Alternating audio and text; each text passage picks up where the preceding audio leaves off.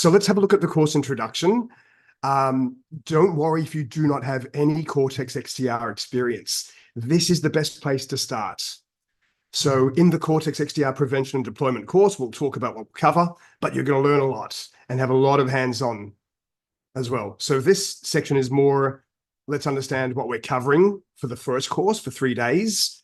We'll go through welcome and introductions, the intended audience and course focus, the course objectives and the modules that we'll run each day. And I'll show you Beacon as well, learning center tasks you can perform on Beacon. So once again, welcome to the course. Please make yourselves comfortable at home or at work. Make sure you know where your restrooms, emergency exits are. I don't need to worry about that here. Yeah, please do, when it's your chance, introduce yourself. As I mentioned, my name is Jerry Solomon. I'm a full-time cybersecurity instructor with, I don't actually work for Palo Alto Networks, but we are their most trusted authorized training partner, and they allow us to perform their employee and partner training. And this is a special course, employee and partner training course. Yeah. So I've been in the industry for a long time. My first, from the 90s through Cisco, Checkpoint, many different vendors, yeah? Palo Alto Networks, VMware, Nutanix, yeah. So I've been experienced for a while, and my pleasure to be with you for the week. That's my short, brief, speed dating introduction. So if you'd like to say hi, please, yeah, I'll go around my Zoom panel and just ask you to say hi. So Carter, do you want to go first? You're at the top of my list.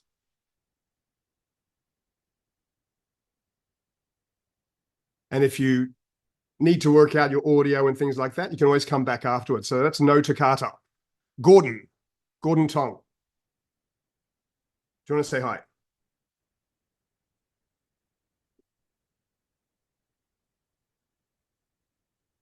Hi, Manuel. Okay. Thank you very much. Thank you for your introduction, Manuel. Very good. Slow me down if you're not, if I need to explain something a different way, no problem. Yeah, welcome. So no from Carter, no from Gordon. Jason.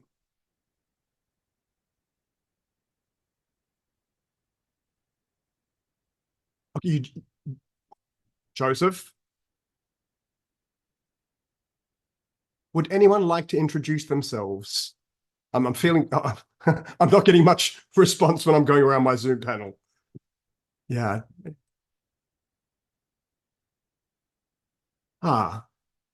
Audio's okay. I'm guessing you can still hear me. Jackson Wong, would you like to say hello?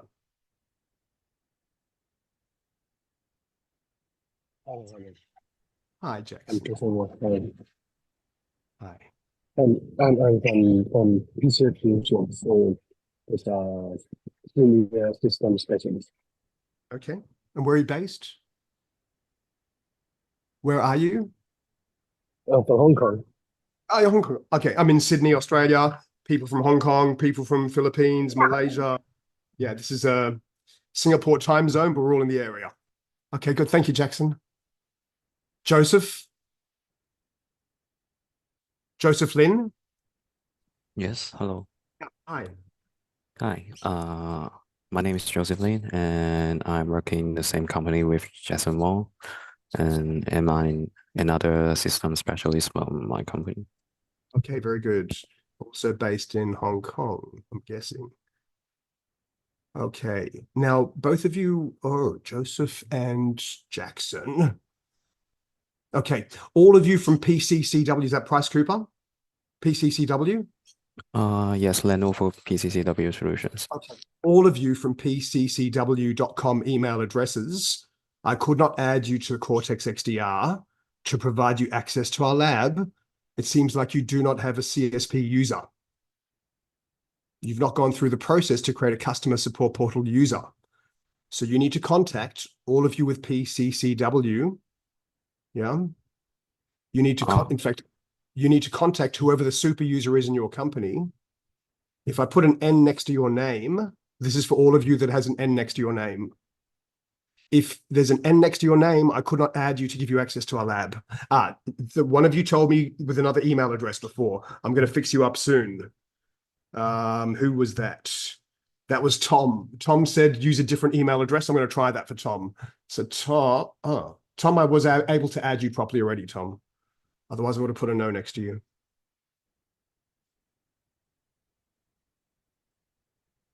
I'll see. Oh, yeah. But those of you with an N, I could not add you to our Cortex XDR.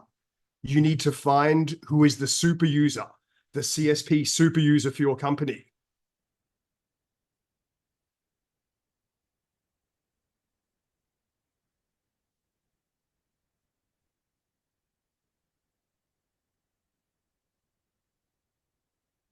Someone is already a CSP super user for your company, most likely.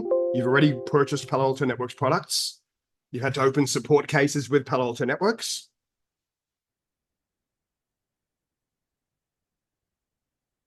And this is what they will know how to do it. But basically, a super user inside your company needs to go and add you. That's a support account. That's the wrong link. Create a new CSP user account. That's the right link. Yeah, how a super user creates a new CSP user, a new customer support portal user. We'll talk about why there is a need for this, but I cannot provide you access to my lab. Yeah. Or any other Palo Alto resource that requires one of their logins if you don't have a CSP user account. All right, so I'm hoping those of you that see the N next to your name will pursue that. Yeah, only one of you needs to say, hey, find out who the super user is. There might be many super users. They just need to add you to the account. Yeah. Otherwise, you're not doing labs. Okay. Can do the first lab, but not much more. Okay. Jack, do you want to say hi?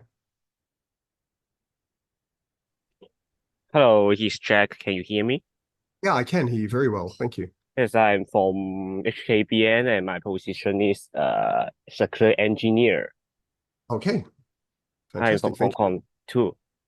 Thank you very much. I successfully added you this morning. Welcome. Okay, Jack. thank you. Okay. Okay. Sammy. Sammy. Hi. Hi. I'm Sam. I'm from Hong Kong. And I'm based in Taiwan. Based in Taiwan. Yeah. Okay. And your audio is not very clear, but maybe you can try and fix your audio, but I can hear you, but it's a bit, Okay. yeah. Thank you very much, Sammy. Welcome. Yeah. Thank you. Sorry. Okay, Kent. Hi, Kent. Yeah, from Taiwan. Welcome. Yeah, I'm a semi-classmate. We are the same company in Hong Kong, in Taiwan. Very good. Okay, welcome. Okay, so I want a thumbs up from Joseph Lin. Joseph, are you able to it'll take you some time, yeah, to find who the right person is, to send them an email. Then it takes them 1 minute. Once they've added you, basically they need to create you a CSP super user, yeah? Once they've added you, tell me, and then I'll try to add you to our system again. So Joseph, did you hear that? Joseph Lin, give me a thumbs up. Okay, good. Joseph, that also, Yves needs help on that as well. Yeah, Yves Mac, also in your company. Yves, are you here? No. But yeah, Joseph, Yves, I don't know if you know Yves Mac. I'm guessing you do. But Yves Mac also needs that help. Yeah? So please tell your super user for you and for Yves. Okay, East Tech. Philip Sue. Philip, you're there. Philip, you there? Not yet. Okay, so Philip's not here. Gordon, you got the message? Is Gordon here? Gordon, yes, you're here. Gordon, are you? Did you get the message that you need a CSP user to be added? Can you please give me a response, Gordon? Yes, in the chat, thumbs up, visually, or call out with your microphone. Gordon, can you please pursue the creation of a CSP user for yourself? And Jackson, yeah? And the reason is, yeah, very good, very good. Hi, Kent, also. Okay, I'm just seeing some late messages. The reason is because without that, so Tom, yours, I thought I added you, Tom, before. You're saying, please grant my access to with another email. Tom saying too. I'll try, but I think I added you already. Let's see what I have to do. What I have to do basically. Wrong browser.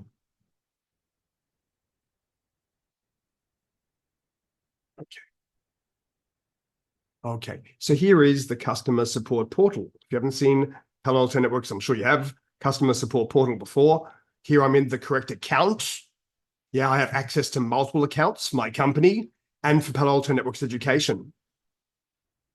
What I need to do is I need to add all of you, those I haven't already, as a user in this account to provide you access to Cortex XDR instance that is owned by that account. So I'm going to manage users. And Tom, I'm pretty sure I've added you, but I'll try to add you again. So the process here is to add a user that already has a CSP user. Activation date, expiration date, I've given you all till Sunday. And then I need to make you a limited user. I don't want you to do management on the customer support portal, open support cases, register a product. So I'm making you a limited user. That's all you need. So I can assign you a role in Cortex XDR. So add user for Tom. Saying to error, failed to add the account. So Tom, that didn't work, right? .hk, yeah. Okay, let's try that again. Error. So Tom, not so successful. Tom on that second email address. Yeah. I think I already added you though. Otherwise I would have put a no next to your name. Tom, I've already added you. Yeah, Tom, that's the right one. Yeah, all good. Tom, you're set up. Okay, very good. Yeah, so I need to add you to the CSP registry. So then inside Cortex XDR, and this is Cortex XDR, maybe some of you haven't seen it before. I'll give you a good overview soon, yeah? But this is now within Cortex XDR, and I'll then be able to find you as a user within our Cortex XDR instance to assign to you a role. Yeah, and that's what I need to do for all of you so that you have lab access. Yeah, you need a CSP user for me to grant that authorization. Okay.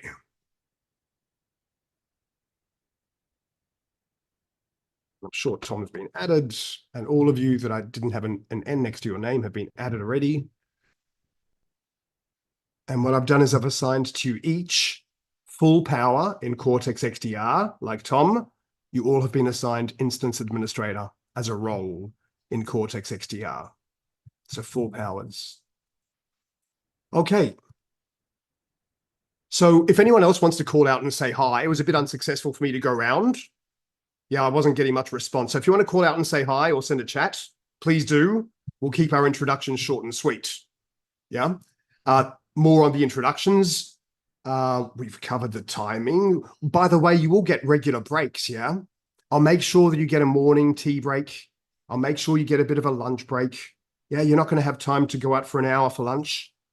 I'll make sure you have another afternoon tea or coffee break. Yeah, I'm going to work you till 5 o'clock each day. Yeah. And if you don't finish the labs in the lab time I allocate, which I'll give you enough time, you can complete the lab in your own time afterwards, after hours, yeah? So this class is designed for people like yourselves. Maybe you're a security architect. Maybe you're a security analyst. Maybe you're a security admin or a security engineer. This class is designed for anyone that needs to have experience and understanding of Cortex XDR. It does assume you have a working knowledge of enterprise security concepts. Maybe you've heard of malware, different types of malware before. Yeah. different type of exploits, CVEs, things like that, yeah? If you have a good working knowledge of enterprise security concepts and networking concepts, things like the TCP/IP protocols and what's a default gateway, basics, you'll be fine. So learning objectives for this course, this is a 3-day course, the prevention and deployment course, and then we have the analysis and response, EDU 262 on Thursday, Friday. So for this 3-day class, the first one, by the end of it, you'll be able to differentiate the architecture and components of the Cortex XDR family. We have some cloud components, we have some on-prem components. You'll know how to work with the management console. I just showed you the management console. You'll know how to create Cortex XDR agent installation packages to install our agent to your workstations, your servers, virtual machines, cloud instances, and be able to install the agent. You'll be able to create and manage endpoint groups, static and dynamic endpoint groups, and assign policy to your endpoints to make sure the agent has the right combination of profiles. A policy chooses which profiles will be assigned to our agent.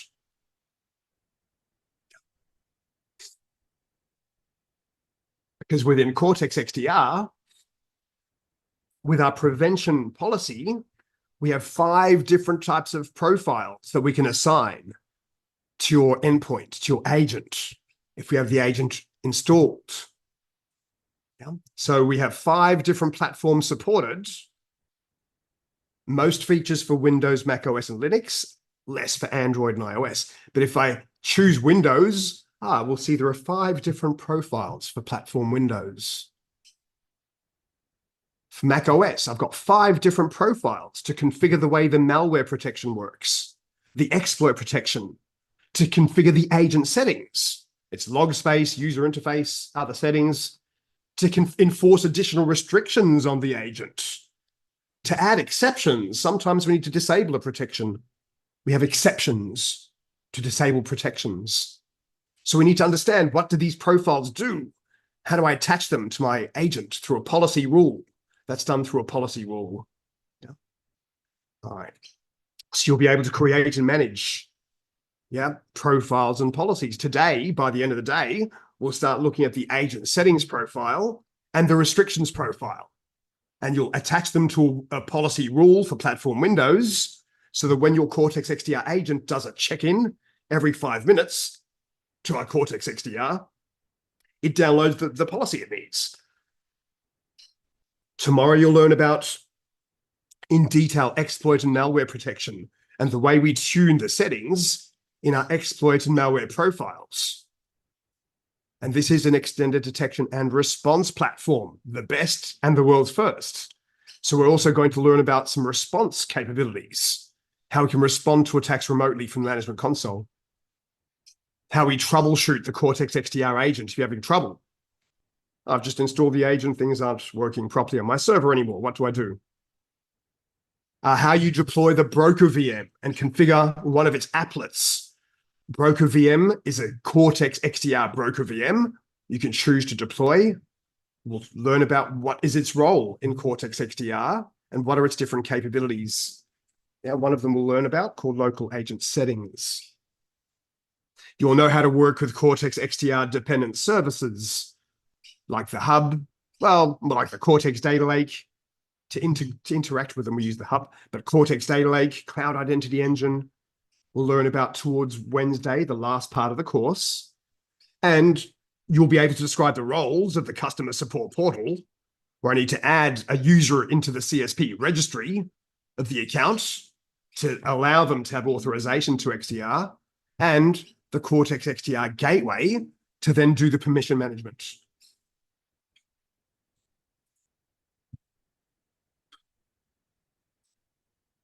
So it's a 3-day class. Monday, Tuesday, Wednesday, the way we're going to run things. I'll try to stick closely to this. I don't always make it through all of module 4 today on day 1, but we'll see how we go. And today we're going to start with, after the introduction, after a short break, we'll begin with module 1, Cortex XDR overview. What is Cortex XDR? I've never seen it before. I'm sure maybe some of you have. What are the main components? in module 2, understanding our cloud components and the on-prem components. I need to understand how to navigate through the management console. Yeah, so understanding what do we find in the different areas. Not so much a deep dive, but where do we find things? It's more navigation. What's the user interface option for filtering? Things like that. And then we get stuck into the detail. Yeah, we start learning about profiles and policy rules in module 4. For every module, there is a lab at the end of the module. Yeah, so module 4 lab, you'll create an agent settings profile. Actually, create some groups. You create an agent settings profile, attach it to your policy rule. You make sure the agent gets your agent settings that you've enforced. And we do the restrictions profile today as well. Tomorrow, we will learn about the way Cortex XDR provides malware protection and the way we configure the malware profile if you need to change its settings. We will then learn about how Cortex XDR agent provides exploit protection and then how you configure the exploit profile to configure its settings. And again, lab at the end of every module. So we'll be seeing alerts coming into Cortex XDR from today. You'll see alerts coming in the labs. As soon as your agent performs a detection and prevention, it sends an alert to Cortex XDR. Ah, that was quick. Fantastic. Give me 1 second, Joseph. Yeah. Please send me through the correct email address to me. That's great. If I had this, I'll try in a second. Please excuse my cold. Sometimes I'm not going to have my camera on, yeah, so I can mute myself gracefully.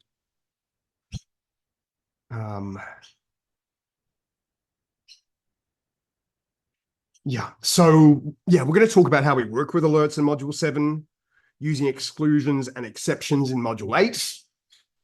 On Wednesday, we start with response actions. What are some of our response actions? You'll see and test some of them. Talk about basic agent troubleshooting, the broker VM, and deployment considerations, understanding the role of the Cortex data lake, the cloud identity engine, and others. So that's our first 3 days, Monday, Tuesday, and Wednesday. And then for those of you that are staying with me for the EDU 262 class, this is the advanced analysis and response. Yeah. So the first 3 days is not so much advanced analysis. Yeah, for a SOC analyst. It's more about deployment, understanding the solution. How do I get the agent installed? How do I make sure it's got the right policy?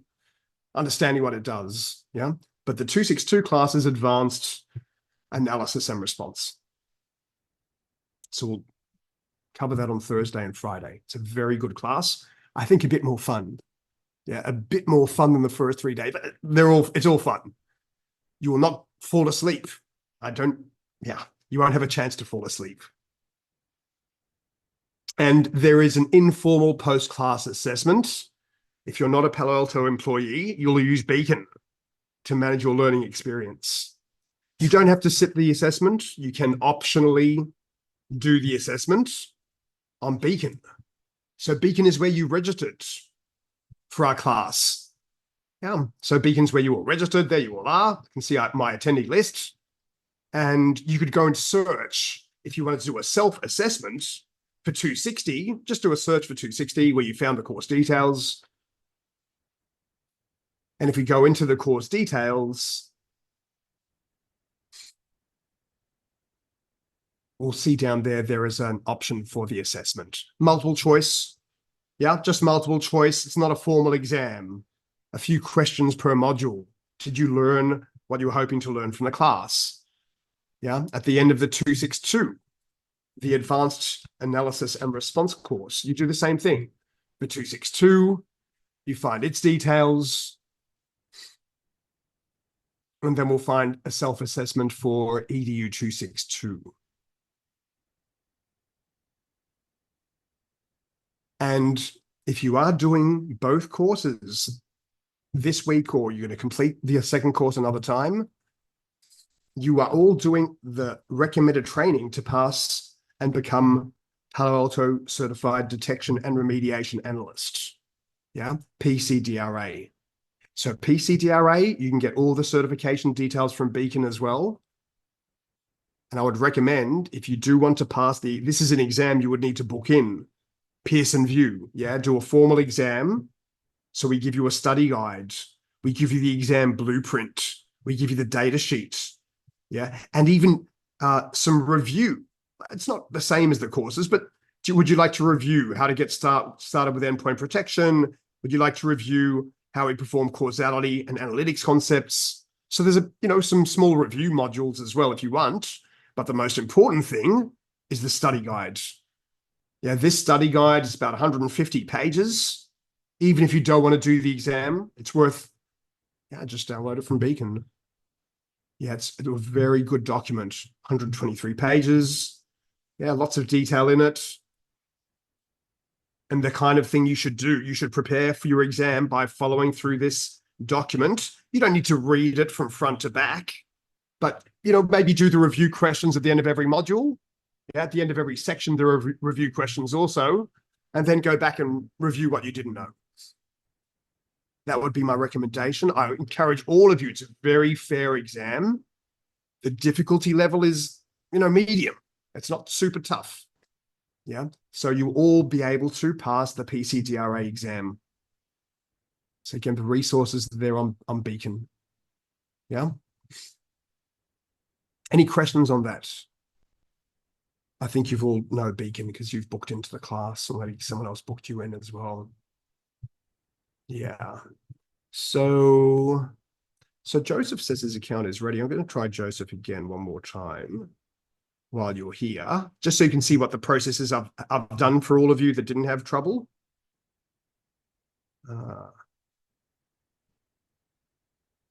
Joseph.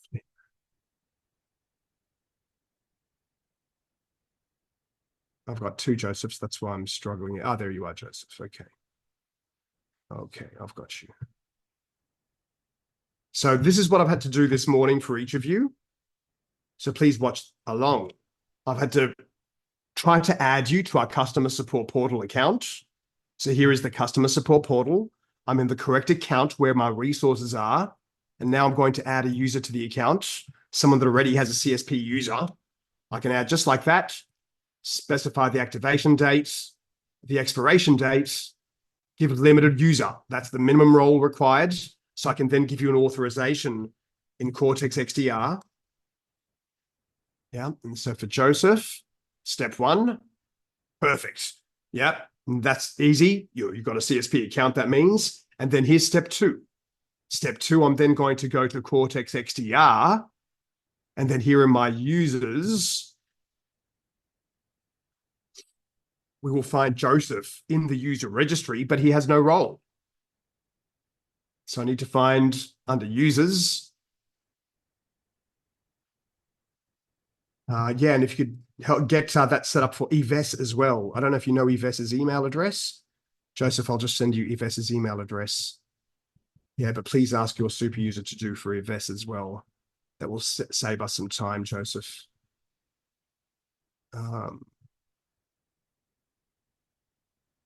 Oh, you've done that. Okay, good. Okay. So if I now find Joseph or PCCW, another way of searching. Okay, there's Joseph, just added him to my user registry. So we can see he's a CSP user, but no role. Yeah. So with no role, you can't log in. I'm sorry. I don't have Larry. That was from another class. And then instance administrator is your role. There are many other roles we have built in, custom roles as well you can add, but I'm going to give you full power. Instance administrator, so you have no restrictions in the management console. Okay, very good. Okay, that's one off the list. Very good. Thank you, Joseph. So I can take that in off your name now. Good. And you said you did for Yves also, so I'm going to take off. Oh, I'll sort. All right, so I'm guessing you know how to find Beacon. Yeah, you all got here to the course. So I won't spend a long time on that. The Beacon is where we do manage your learning journey. At the end of the training, your official course attendance certificate will be made available to you from there as well, from Palo Alto Networks. It's also where you'll do the course evaluation. How was the course? Yeah, a few questions at the end of each course. So we have many different Palo Alto certifications, firewall admin, firewall engineer related. Some of you probably have PCNSA, PCNSE. That's where most people start with Palo Alto Networks. But if you do the 2 classes we are learning this week, yeah, EDU 260 and EDU 262, the recommended training to prepare for to become a PCDRA. Okay, this is an exam that has to be done at Pearson VUE or from home. Online proctored. We're talking official exam, yeah? Any questions? Okay. Done for Jackson and Yves as well. All right, so while I need to do a bit of housekeeping still, what we're going to do, yeah, good. All right, what we're going to do is at 10 a.m. at the top of the hour, some of you are in different time zones as well. We're going to take a short break before module 1 starts. Oh, you're not meant to see that. I'm sorry. I was meant to be paused. Anyway, I've embarrassed myself. You've seen my background. But what we're going to do is give me a few minutes to sort out the other users. Yeah. And we're going to take a short break. When we take our break, so we don't need to talk in different time zones, I will typically have a timer up, like most of you saw before, yeah? So I'm going to put a 20-minute timer up now, and when we count down to 0, we'll start to module 1. If you need to send me any message through the chat, please, yeah? Thank you very much, everyone. See you back in 20.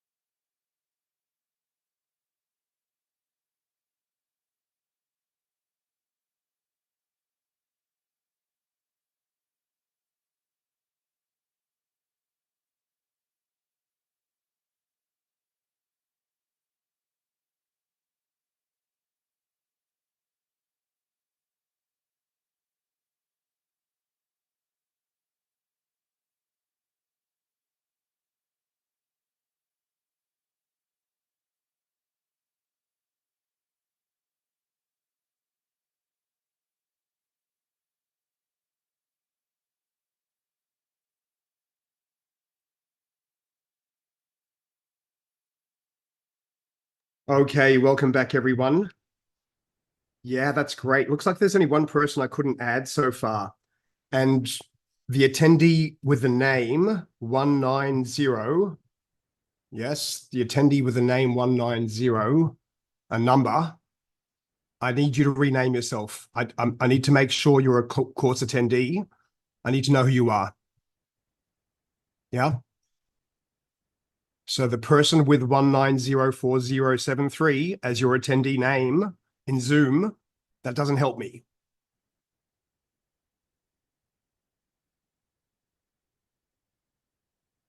Are you there? Ah, renamed already. So what did that change to? Joseph? Oh, Joseph. Okay, so I've got two Josephs, that's why. Very good. Joseph, thank you very much. Yep, you're on the list and I've added you already to the system. That's great. Now I know what to call you. All right. So what we're going to do now is we're going to get started into the course, yeah? So give a Cortex XDR overview. It is the world's first extended detection and response platform. So we natively integrate the data from network devices, from your endpoints, from cloud sources, from third-party devices, so we can identify and prevent cybersecurity threats. And with Cortex XDR, we have complete visibility even over network traffic, user behavior, endpoint activity. And it helps us to simplify threat investigation, to reveal threat causalities and timelines, to identify the root cause of every alert, and maybe perform immediate response as well. So we're unifying detection and prevention with investigation and response, all into a single platform. So module 1 is designed, maybe some of you have never seen Cortex XDR before. So it's to give you an overview of what is Cortex XDR, how we provide multi-method threat prevention, advanced detection, and investigation and response capabilities. We're going to learn in this module about Cortex XDR Agent and the role of a Cortex XDR instance, and talk about the different product offerings and licenses. So the objectives for this module, by the end, you'll be able to identify and distinguish between exploit and malware attack vectors. Tomorrow we'll learn in detail about how we provide the exploit and malware protection, but now we'll learn what is the difference between an exploit, what's the difference with malware. And we'll also be able to describe the features of a Cortex XDR instance. Each customer has their own instance, or each company has their own instance. And we go through a one-time process called instance activation to create a Cortex XDR instance once you have a license for it. Once your instance is activated, you can then connect to the management console and interact with it. And you can create agent installation packages. So you'll be able to describe what is a Cortex XDR agent, what are the features.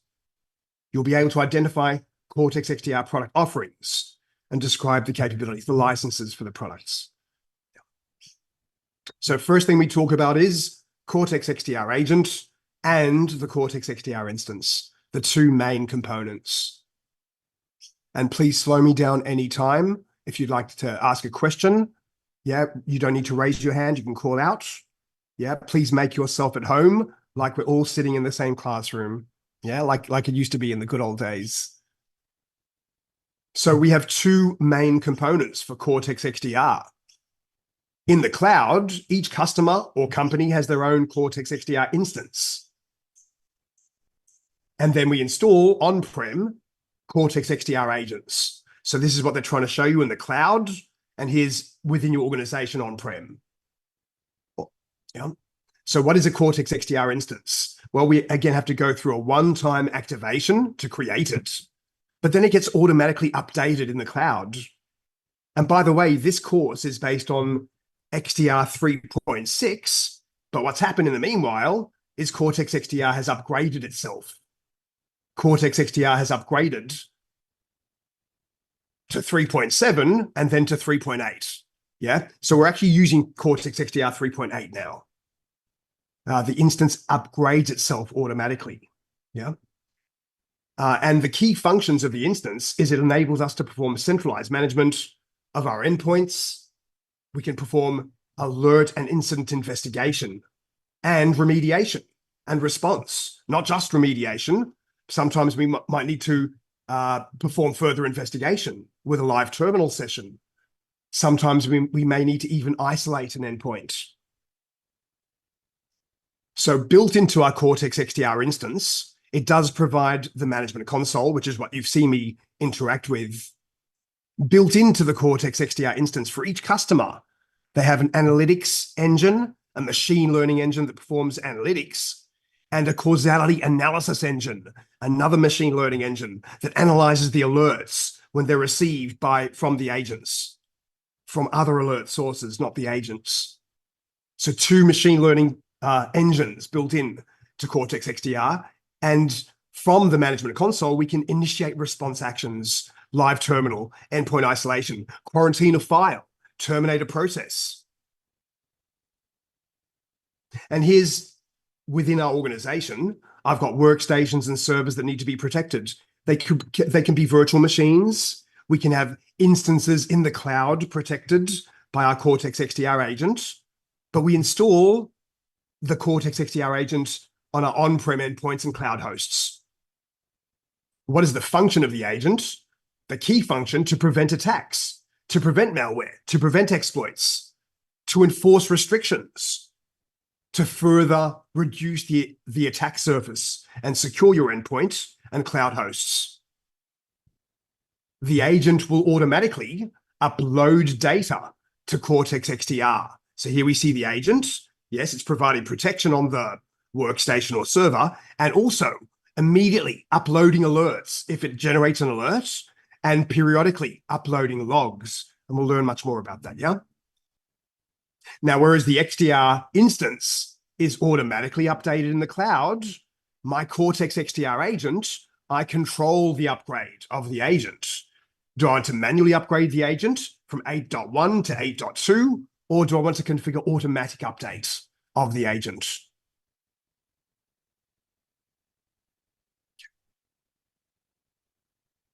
So what are the Cortex XDR agent basic capabilities? Well, we need to enforce protection for the client, for the agent. So it could be, again, a workstation or server. You saw we have 5 platforms, most protection for Windows, Mac OS, and Linux. Yeah. And what we provide is we provide prevention, multi-method malware prevention, including even day 0 unknown malware can be prevented.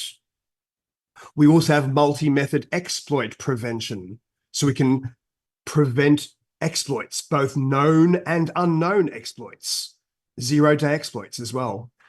We'll learn about how we do this later. We also have built into the agent a number of different modules. We have a behavioral threat protection module. We have a network packet inspection engine module. We have a ransomware protection module, financial malware protection module, many different modules to provide protection on the agent. Yeah. And the agent will perform data uploading. As soon as it prevents a malware execution or exploit, it will automatically send the alert data. It sends the alert to XDR. And one of the things you'll learn more about as we go through this class, we'll talk about the different license types, and you'll get to see the Pro license in the 262 class. If we use the Pro endpoint license, not just the Prevent license, our agent will send every 5 minutes a log of the activity on the agent, even though maybe there was no alert. Every 5 minutes, I send enhanced endpoint data with a Pro agent. Only the Pro agents do this. Yeah, only the Pro agents. Enhanced endpoint data sends a log, we call it EED. It sends a log of what were the file activities in the last 5 minutes.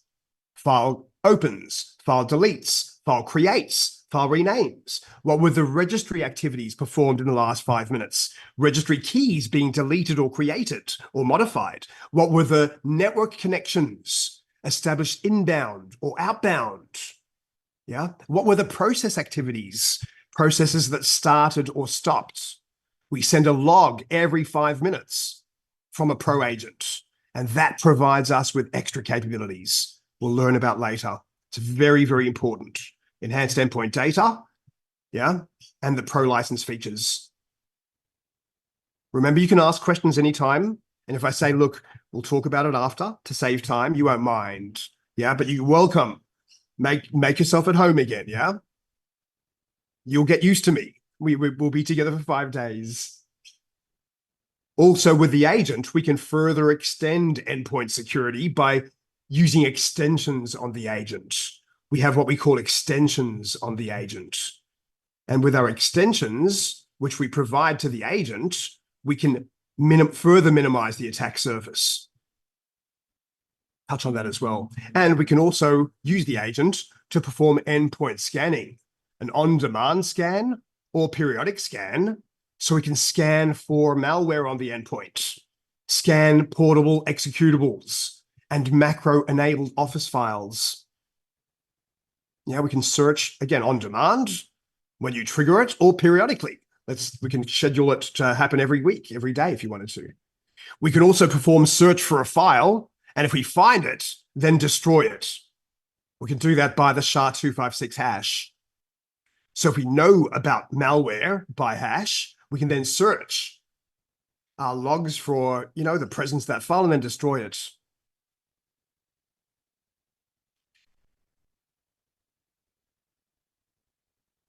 So, in order for a cyber attack to be successful, there will be a sequence of events that the attacker must... sorry, let me take a step back. Good morning, everyone. EDU 260, first morning of the first course. I forgot to mention that you each would have received an email from OnSecure. You want to look in your inbox if you didn't follow the process to get your course guides. You want to look in your inbox for an email from OnSecure at onfulfillment.com. Yeah. And in that email you would have received maybe 2 days ago or 3 days ago, there will be an orange button to access your files. And that will provide you access to your course guide. And in your course guide, you have all of the slides that I'm presenting, as well as a lot of text on each page, which I don't read. Yeah. But it's there as an after course resource for you. So please make sure you have access to your course guide. In your course guide is also your lab guide, but I will share with you a PDF of the lab guide.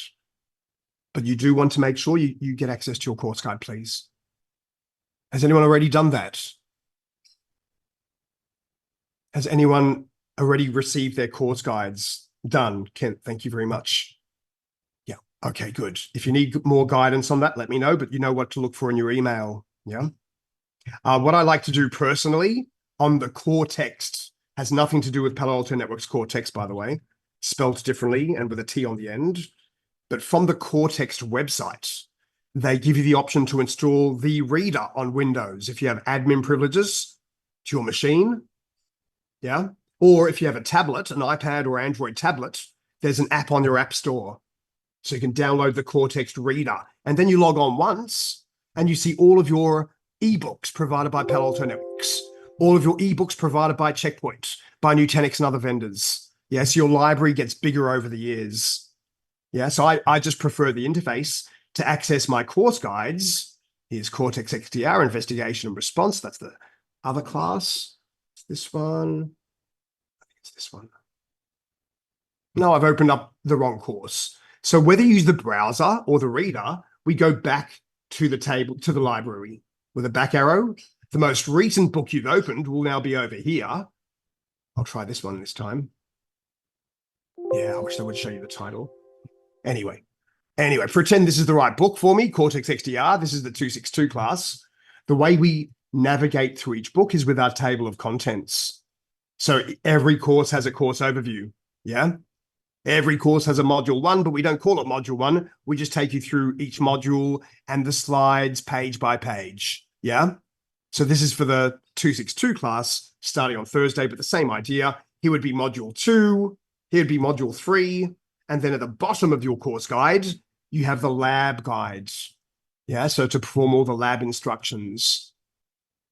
So please do you don't have to install the reader. I like to. I just prefer to have all of my manuals this way. I can be on a plane without internet or whatever. Yeah. All right, so that's just a bit of the housekeeping I should have talked about in the morning session, yeah? Please make sure you have access to your course guide, because you might want to review this afterwards. That's why I'm thinking about it, right? So again, for a cyber attack to be successful, there'll be a sequence of stages the attacker must get through to be able to successfully penetrate a network and exfiltrate data, enable ransomware encryption, things like that. So what are the different stages in a cyber attack? Stage number one, the reconnaissance stage. And reconnaissance can be implemented many different ways, with a packet sniffer, by port scanning, shoulder surfing, looking over someone's shoulder for their credentials when they're entering them, Wi-Fi scanning, finding the right target using social networks, using LinkedIn, using Instagram. Yeah, but LinkedIn's a very common one. So first of all, a reconnaissance stage to choose the victim, choose the target. Yeah, and sometimes it's very directed. There's a specific target within an organization or a specific organization. Then there'll be a weaponization stage. And weaponization is not on our network. It's the attacker in their environment. They're creating a weaponized Word document or malware contained within an executable or an exploit that is triggered by running a JavaScript, yeah, or a weaponized PDF or a macro embedded within an Excel spreadsheet. Yeah, so then they perform weaponization with the intention of delivering the weapon in towards the target. What are the different delivery mechanisms? Delivery by email, very common, of course, yeah? Delivery from a website. We click on the link to the website. Via instant messaging, or I've received it on a USB from a trusted source, or even through WhatsApp. Many different delivery mechanisms, of course, yeah? Or it could be just, an exploit launched against one of your web servers or SQL servers or Exchange servers over the network. Doesn't have to be a user doing the wrong thing always, right? So we then have the delivery stage. And after delivery, well, now that I've received that email in my inbox, yeah, the user then goes and clicks on the executable on the USB or opens the attachment, the weaponized attachment they've received within the email. Maybe this is a PDF with my resume going to someone in HR. Yeah, it looks legitimate. We targeted the right person in HR. It's a weaponized PDF. So the user then, again, opens the attachment or clicks here to run the executable, and we then have exploitation stage triggered on the endpoint. And what does that do when it starts to run? Well, we then have an installation phase, and the installation phase will try typically to perform privilege escalation, yeah, to get more privileges than the logged on user, to obtain low-level shell access, maybe even install a backdoor so we can then have that shell access from a remote command and control server, install rootkits. So installation onto the workstation or server now. Yeah. And after the installation phase, then a command and control stage. Now that they've installed that rootkit, we've now got backdoor shell access. Command and control can be established through many different mechanisms. Yeah, but the agent, the infected machine, now somehow needs to trigger to a command and control server on the internet that, yes, the agent is installed, the malware is installed. Yeah, the attacker can then take control and then decide what their objective is. Might be performed through port evasion, using SSL encryption, proxy evasion, dynamic DNS, many different command and control methods.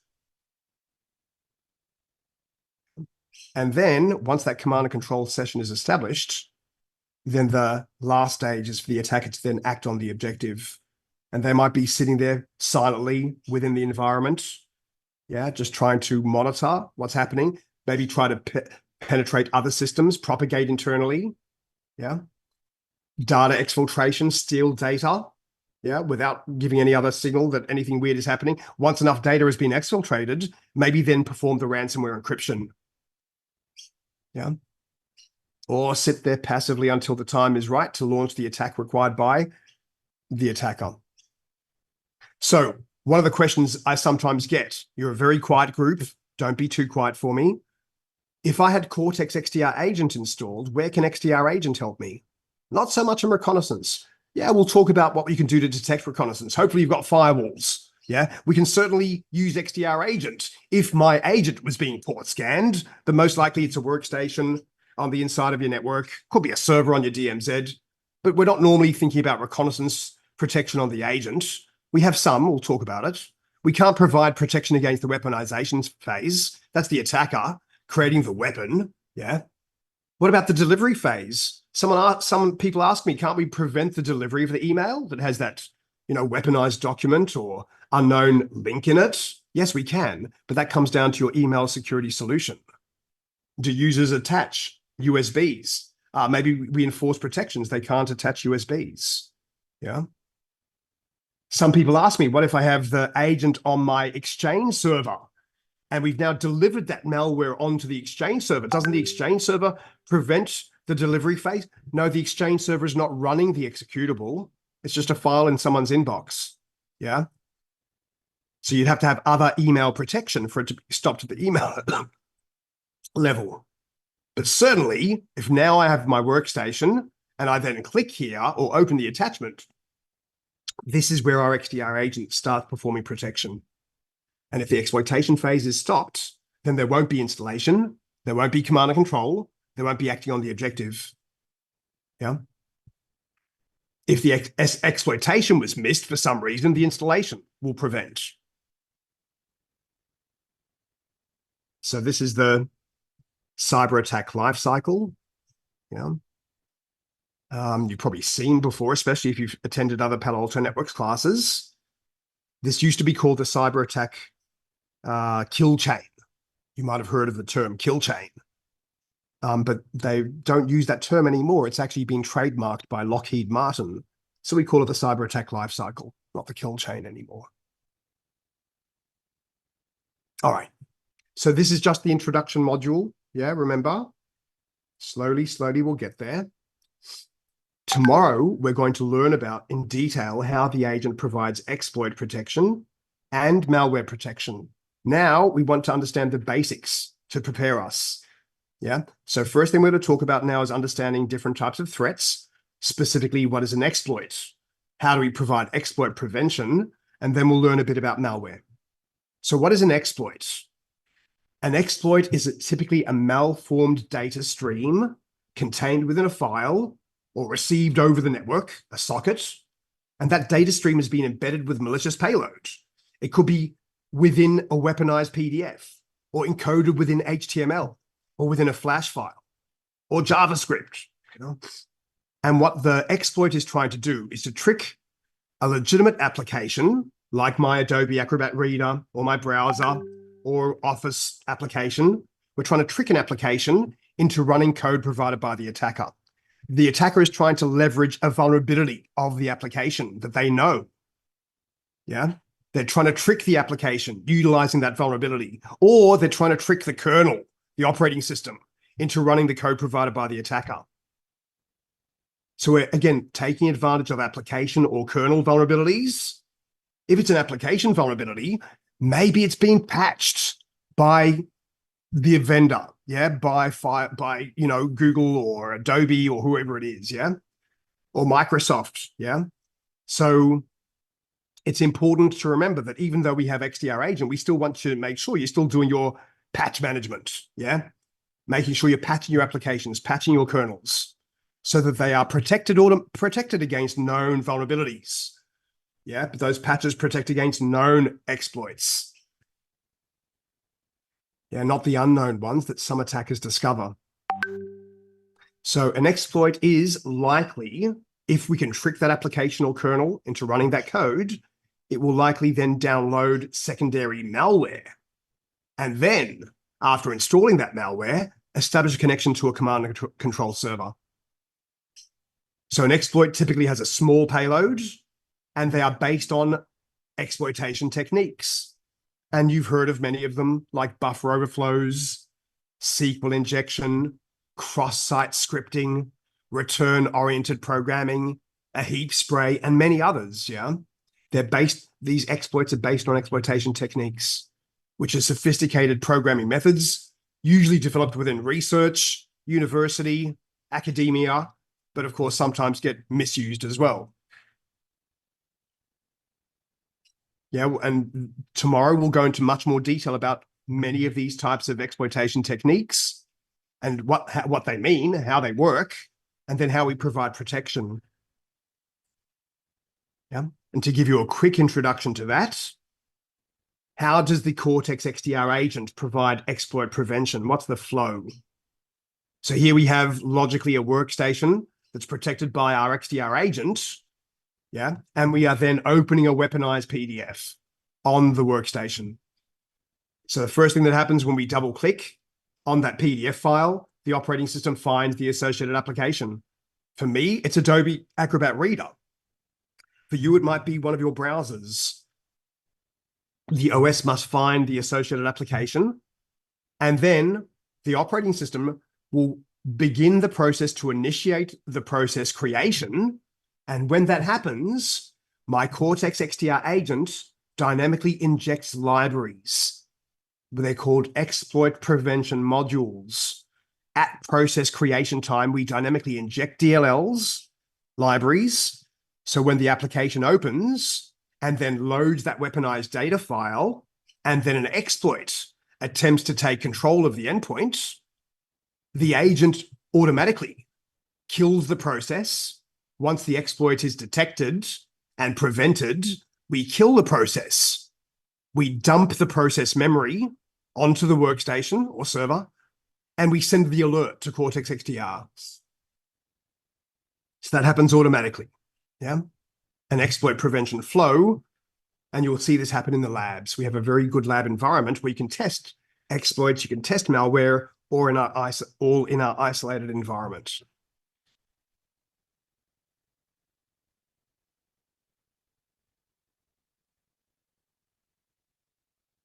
Okay. So again, we'll go into a whole module on exploit prevention tomorrow, but that's just to understand the basics of that. When we open up a document that contains a series of exploits, if the application is a protected application, we don't protect every process by default. Yeah, but if it is a protected application like a browser or Adobe Acrobat Reader, our agent injects dynamically the exploit prevention modules or libraries into the process creation, so that if an exploit is attempted, we kill the process, dump the memory, send the alert to Cortex XDR. So what's the difference with malware? We just talked about exploits, trying to trick an application or trick the kernel into running code provided by the attacker using a known vulnerability that the attacker knows. Yeah. So malware, on the other hand, is an executable or a script, a malicious executable or script that comes in executable form. So it's a very broad term, malware. Yeah. We've been dealing with malware for a long time, right? Viruses, worms, Trojans, some kind of malware that makes your machine part of a botnet. So it is an executable, a malicious executable, or a script that can run. So for Windows, we talk about PE files, portable executable, like an exe, yeah, or a DLL. Even a screensaver or a font is a PE file, technically. For Mac OS X, we have Mac O files. Yeah, for Linux, ELF. For Android, APK, for example, or it could be a standalone or in-app macro. It could be a standalone executable or an in-app macro within my document. And malware often, but not necessarily, is preceded by an exploit. I don't need to be attacked with the exploit. I could just run that malware executable on my USB or by clicking on a link on a web server. So we don't need to precede malware execution with exploits. We're relying upon the user's trust or unwariness. The user has this script now, or the user has the executable, and they're running it. Yeah. So we're not relying upon application or kernel vulnerability. We're relying upon the user's trust. And even with good staff awareness training, sometimes users do the wrong thing, we know, yeah? And the malware will use the privilege of the running user. Yeah, which is why we don't give users admin privileges on their workstations. We give them normal user privileges on their workstations. Yeah, the malware typically has a larger payload compared to a exploit. And malware could be a brand new file, never been seen before. It's brand new, day zero malware. It could be an unsigned executable that might be trying to run from a suspicious folder. When we download things from the internet, where do we download them into? The downloads directory. Yeah, why? This is one of the worst places to be running executables from, like a downloads directory. Came from the internet, most likely. Or it could be suspiciously behaved. It might attempt to create its own child process or other child processes. When I run that malware, it starts PowerShell. It then starts the registry editor. Yeah, it starts other child processes.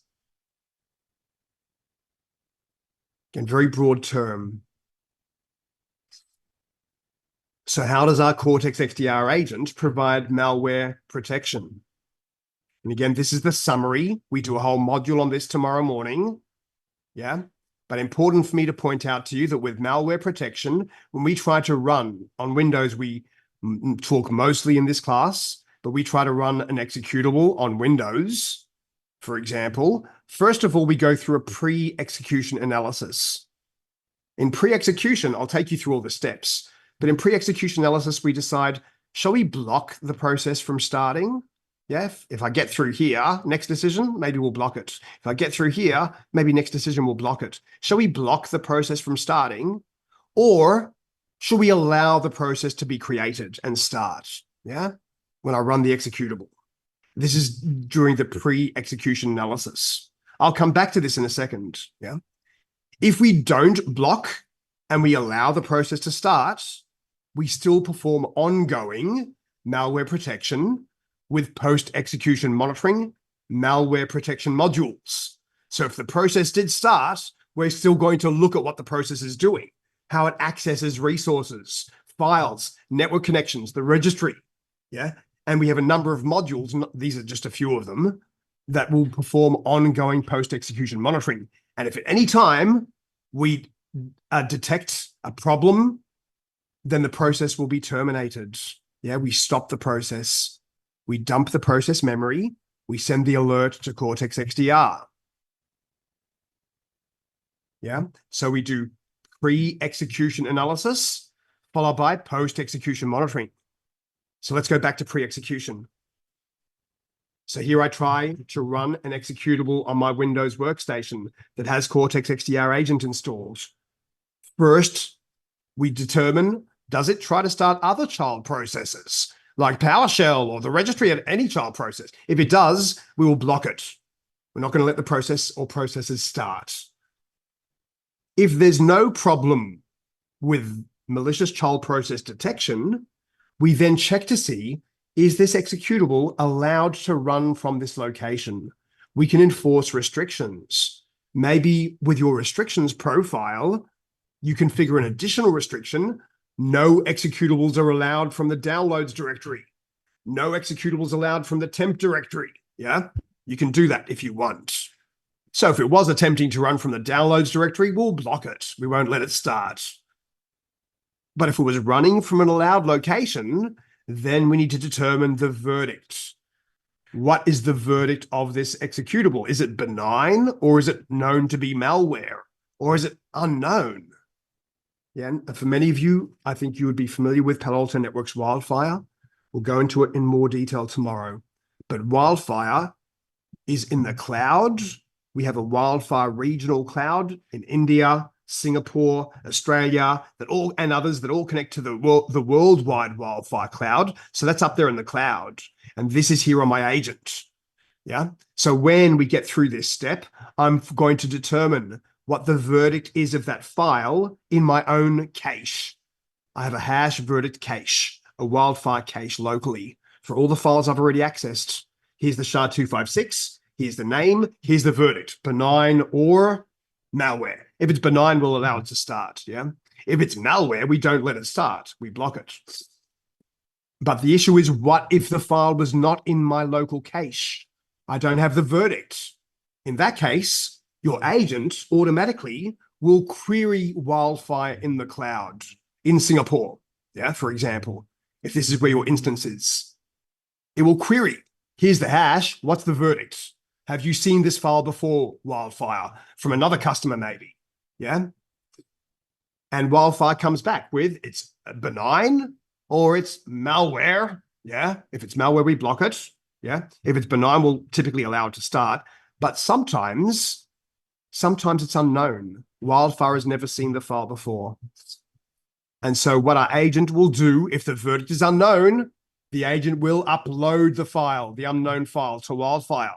So Wildfire can analyze it, can detonate it in a sandboxed environment using different types of analysis, static analysis, and dynamic analysis to determine the verdict.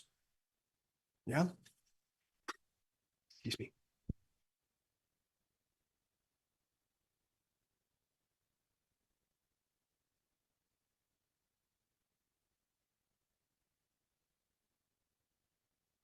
Thank you. And I'll talk more about this tomorrow, yeah?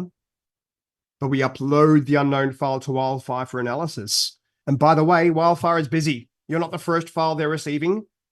And we have a user that just double-clicks on the file, right? So please listen, if we upload an unknown file to Wildfire for analysis, yeah, we can't delay that user. I'll still wait for the verdict to come back. I'll still allow the verdict to come back, but the agent will pass that unknown file. It could take 10 minutes in the cloud, could take 15 minutes. Yeah. So the agent will pass that unknown file to a local analysis module on the agent, which we'll learn more about tomorrow. And if the local analysis rules on my agent match rules that identify it to be malware, we'll block it from starting. But if my local analysis rules don't identify any problems, we allow the process to start. It's possible it is actually malware. We're still waiting for the verdict. Yeah. I'll say that again. It's possible we've allowed a malware process to start. We are still waiting for the verdict to come back from Wildfire. Yeah. So this is not 100. There's no 100% protection of everything. Yes. I want you to understand what happens here. So this is our pre-execution analysis phase. If the process does start, we then have ongoing protection with a series of malware protection modules to perform post-execution analysis and prevention. Yeah? If any of these modules detect problems with the process in terms of its access to resources and network connections, we will terminate the process, dump the process memory, send the alert to Cortex XDR.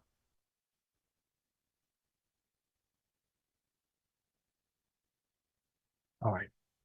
So our Cortex XDR agent, it will upload alerts and logs. Yeah. They're two very different things, alerts and logs, but our agent uploads alerts and logs to Cortex XDR. An alert is created when an attack is attempted. It's created by the agent, yeah, and sent immediately, yeah, using HTTPS. So, for example, we're preventing an exploit or malware from running, or maybe you've enforced restrictions. There's an attempt to run from the downloads directory. You get an alert as well for that kind of thing too. So the alerts are sent immediately is the important point. The alert will have a timestamp, a severity, some details, but it doesn't have a lot of more information within the alert itself. And we have endpoint logs. And the endpoint logs are created through continuously monitoring the endpoint. And we send the logs periodically. We send every 5 minutes for a pro agent, enhanced endpoint data. We can also send authentication logs. If you have any cloud hosts, instances in the cloud, also they send alerts and can also send logs through continuous monitoring. Yeah, we send them periodically. Things like audit and flow logs from cloud providers.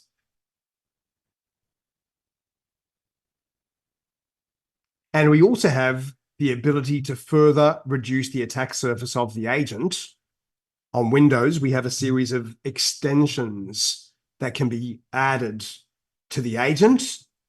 And these are the extensions that are supported.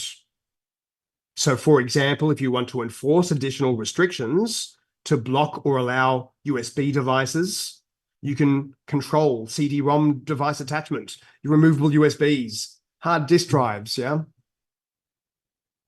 There is a host firewall extension.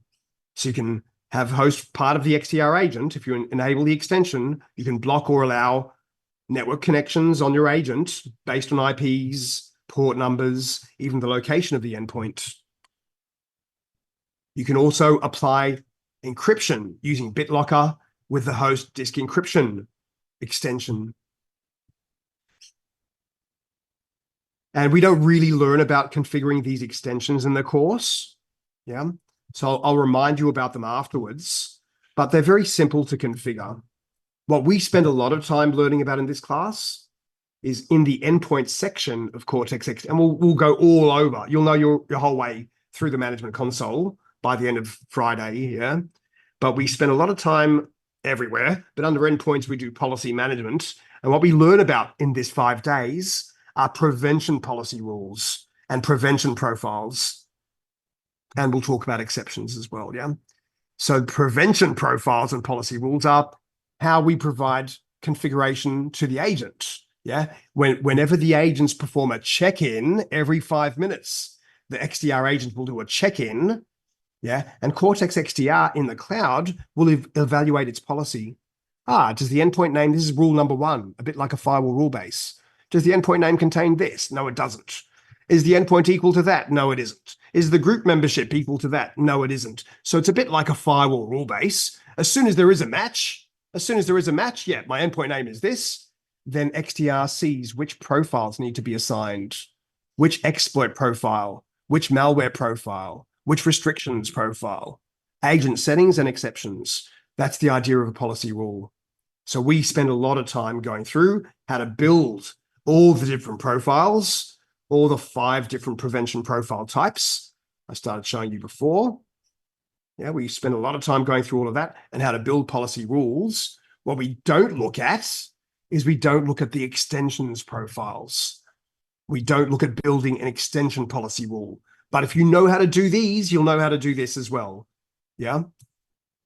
If the user has GCP to control Windows Firewall, when host firewall is enabled, is it not suitable to use Palo Alto XDR firewall? Kent. So if the user has GCP to control a Windows Firewall,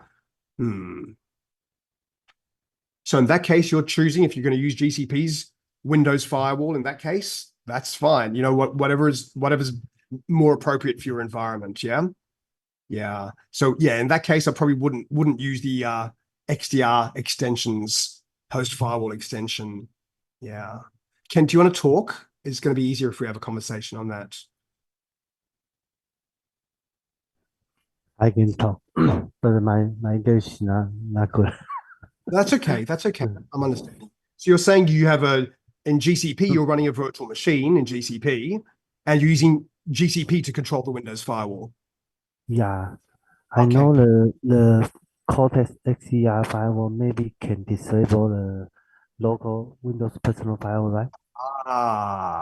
And so these are all the kind of things you would need to consider. Yeah. You need to look at the compatibility matrix and yeah, should we use Windows Firewall with the extension, our host firewall? We have a host firewall extension. Yeah. Yeah, Yeah. my customer maybe have the one situation is he want to prevent the data moving, so you want to use the Cortex XDR to block the TCP 193.445, maybe like Okay. this, so he can disable the data moving in his environment. Right. And you can do that with Windows Firewall, or you can do it with XDR Agent host firewall. Pardon? You can do that with both firewalls. Yeah, you can do it with Windows Firewall and with XDR Agent firewall. Okay.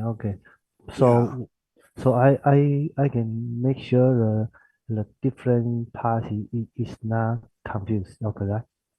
Yeah, I would do one or the other. Yeah, I would test it as well. But the host firewall extension, if you create a profile with host firewall, you have to go and configure the rules. Yeah. Okay. You know, what's going to be allowed, what's going to be denied. But yeah, you could do it either way. I think it would be an issue if you start using both. Okay. Thank you. Okay. So again, the extensions, they're configured in the XDR management console, but we don't look at these in the class. So if you want to look at them, yeah, you'll know where to find them. But it's the same architecture. again, what would be needed is to create the extension profile that we want, a host disk encryption profile, device configuration profile, maybe the host firewall profile that we want, and then create an extension policy rule. And the extension policy rule, like a prevention policy rule, has a rule name, chooses the targets, and then chooses the set of profiles to apply. But these are extension profiles to apply now, yeah? So it's the same logic. You would be able to configure it if you want to configure it. Okay. Good. Okay. So a bit more on we've talked a bit about the agent, now the Cortex XDR instance. So Cortex XDR Instance, this is where within the management console, we can perform our endpoint management.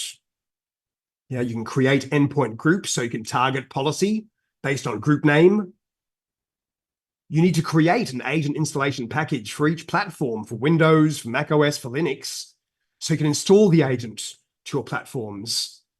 And this is also where you can perform agent updates to control the agent upgrade. You can manage the endpoint security settings by choosing through the configuration of policies and profiles what will be the configuration of the agent.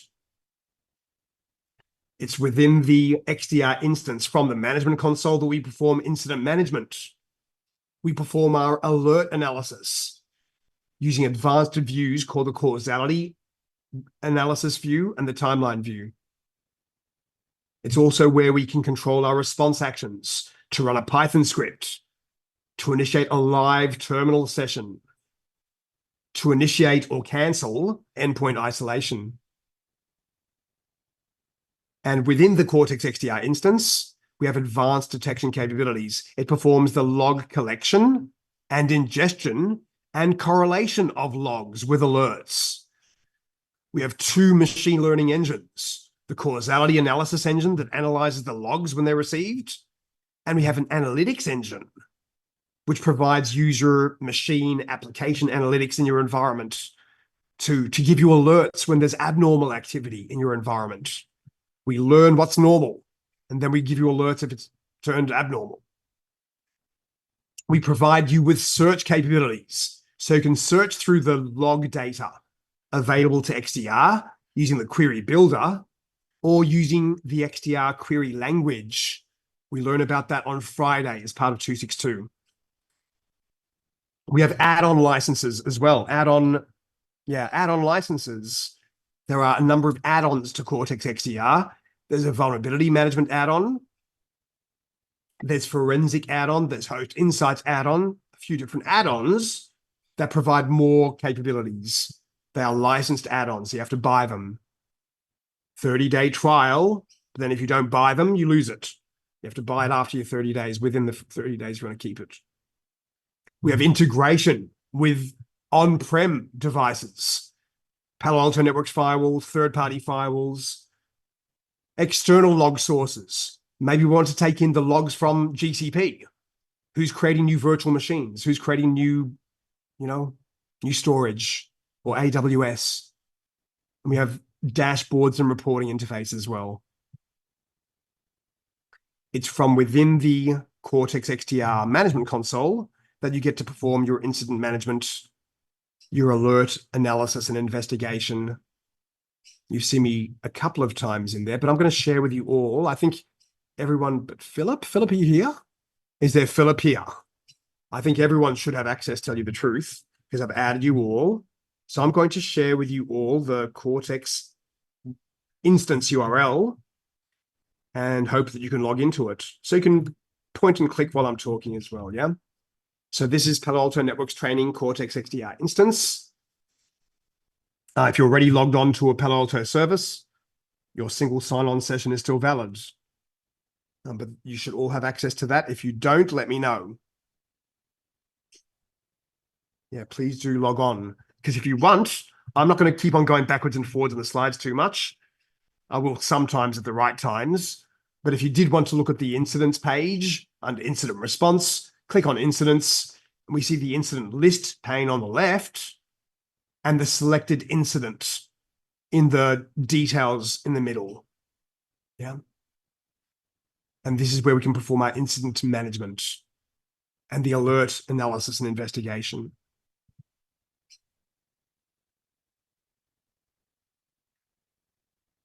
Yeah. Has anyone been able to successfully connect? I think you all can except for Philip. There, it doesn't seem to. Good. Very good. Thank you. Thank you, Kent. Okay. So don't make too many changes in there now, but you're welcome to go where you want. Yeah, you are all instance administrators, but don't remove other people's configurations or change other people's policies, things like that.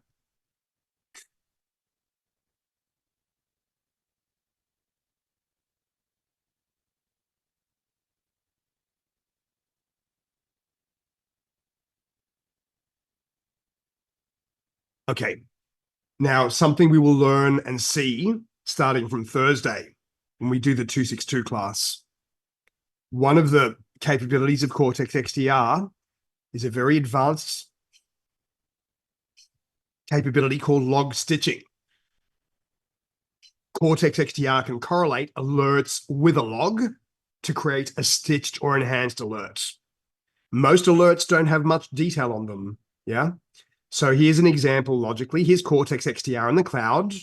My endpoint, it sends an alert. And if it's a pro agent, we also monitor all of our activities on the endpoint. So if it's pro, it doesn't just send the alert, it also sends the enhanced endpoint data log of the activities that happened on the endpoint. So the Cortex XDR receives the alert and the log, and then can stitch the log with that alert and provide us causality analysis. Yeah. We can take in the alerts from a Palo Alto Networks next generation firewall. We can take in alerts from external alert providers, a Cisco firewall, a Checkpoint firewall, and others. And what we can do is we can stitch alerts with a log. And that stitching provides you and your customer with better visibility into what's happened on the endpoint when we ran that malware, what happened when that script ran that triggered some exploits. It shows you the artifacts, which are the offensive components involved in the attack. It shows us the processes involved, any IP addresses involved, the files, their details and their hashes, their verdicts. And it also shows us the affected assets. The assets are the victims, the endpoints, and the users. So we can only benefit from log stitching when we have the pro agents. Yeah, you'll learn more about the different license types. And here is an example of a stitched alert. Most alerts, we don't have this kind of detail. Yeah. And here they're showing you the causality analysis graph for a stitched alert. So because the endpoint has been observing what are all the different process activities, network connections, file activities, registry events, when the agent sent its alert and the log, then XDR stitched the alert with the log. And it now shows us that even though it looks like someone ran a malicious script, by the way, and it looks like they ran the script by opening a command prompt, cmd.exe. Here's the permissions with which the script ran. We see an alert. And cmd.exe is benign, but it's the root cause of the attack. It's the causality group owner. Because when we entered the script name from the command prompt, then the Windows scripting engine started. And that started 3 child processes. And we can see those 3 child processes. Yeah, PowerShell, reg.exe, mshta.exe. And I'm going to keep it short for now. We will do our causality analysis at the right time. But we show you here the attack region, just the processes involved in the attack. And these are the processes that were terminated. These are the processes that were terminated by Cortex XDR agent. So it's too early in the class to show you a deep dive on causality analysis. That's later. If you did want to see where the alerts are, yeah, there are a couple of ways to see alerts. If you're within an incident, we see the alerts and insights within an incident. This is not a very busy incident. It only has one alert. An incident is a container object. An incident can contain multiple alerts, not just one, not just 2. Trying to find something busier. This is a busy one from last week. No, it's not.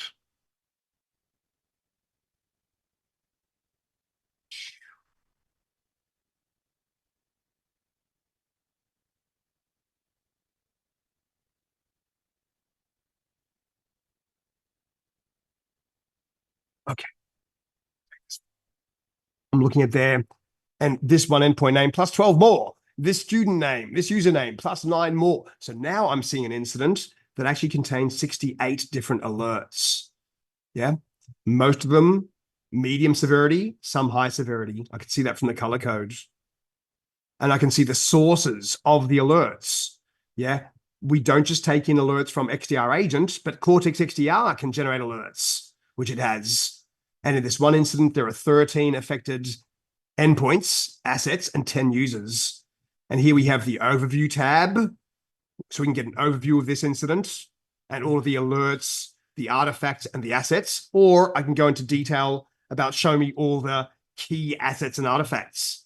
The artifacts being the processes, and it could be IP addresses as well. Yeah, the assets being the hosts and the users. I can see them, all of the alerts. There are 68 alerts. Show me those 68 alerts. I need to perform investigation of one of those alerts. Yeah, I can click on alert, look at the alert details, or right click and many more options.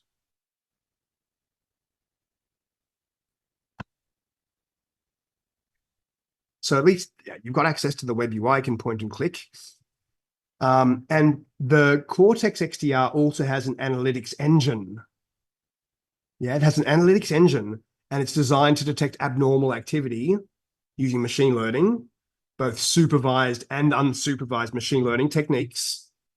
So it basically profiles what happens in your environment in terms of user behavior, application, executions, network connections, and it uses the data, not just from our agent, but also the logs collected from your Palo Alto Networks firewalls, from third-party firewalls, from Prisma Access, from others, from Windows Event Collector logs.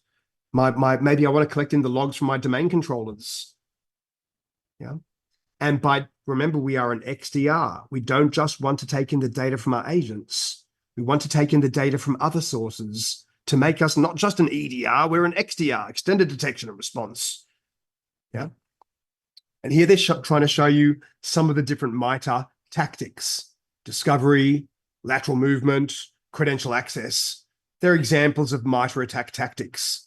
And then within it, we see types of alerts, examples of alerts. Yeah. And what this table is trying to show you is, yeah, I could detect, port scans if I have my agent installed, if my agent's being scanned using the analytics engine, absolutely. High connection rates, rare SSH sessions. If I'm taking in the data from my agents, there'll be certainly a lot of things we can show you in terms of the MITRE attack tactics. But notice that this one here, we can't detect that from the agent. We'd need to be taking in Windows Event Collector logs, or taking in the log from a Palo Alto Networks firewall, a threat log event. So I could see a different tactic, credential access, a possible domain controller synchronization attack. Yeah. So we want to be able to, and this is a very brief table. It's not all of the different sources. It's not all of the different tactics. Yeah. But what they're trying to say there is, we want you to take in the data from multiple sources, and we can provide you the full coverage of MITRE attack tactics. Question coming through there. Give me 1 second. I'm always confused about how an incident can confirm that it is the same attack behavior by linking so many computer accounts and alerts into one event. Kent, in terms of the way the causality analysis, okay, we'll have a better answer to that on Thursday. Yeah, when we start talking about how we perform causality analysis. Okay. So that I will delay you until Thursday when we start looking at that side of things. I can't tell you the internals, but what Cortex XDR does is that when it receives an alert, it tries to match the cyber attributes on the alert to other alerts inside existing incidents. And it has many different factors that it uses different weights for, but it will work out the most related incident and then dispatch the alert into that incident. Yeah. It's something that happens internally. Palo Alto Networks don't show us the algorithms that they use for their analysis engine. But let me just show you briefly from here, because that was a public question. Yes, everyone saw the question. But you're seeing that we have, within this one incident, we have again, 13 different hosts and 10 different users. But if we look at the key assets and artifacts, they're going to be common. wscript.exe, PowerShell.exe, putty.exe, a VBS script. Yeah, they're common artifacts on those different endpoints and for those different users. It might be the same malware execution. Find another one.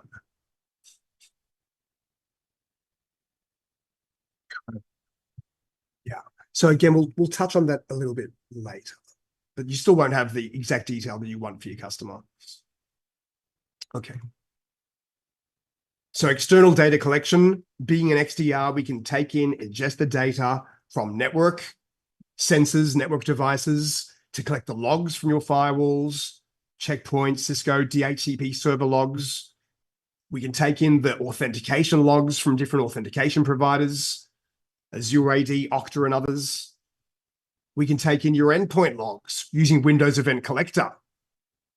It doesn't happen automatically. None of this happens automatically.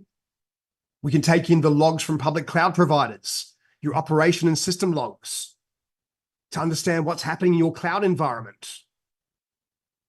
And we can also take in any custom external log, any vendor log that is stored or sent with syslog, or it can be stored in CSV, yeah, or in a relational database. We have many different ways of ingesting log data into Cortex XDR.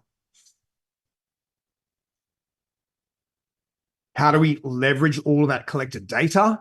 Well, you can query using SQL that you'll learn on Friday. You can query the raw data and correlate logs and alerts with SQL, but you don't want to do that all the time.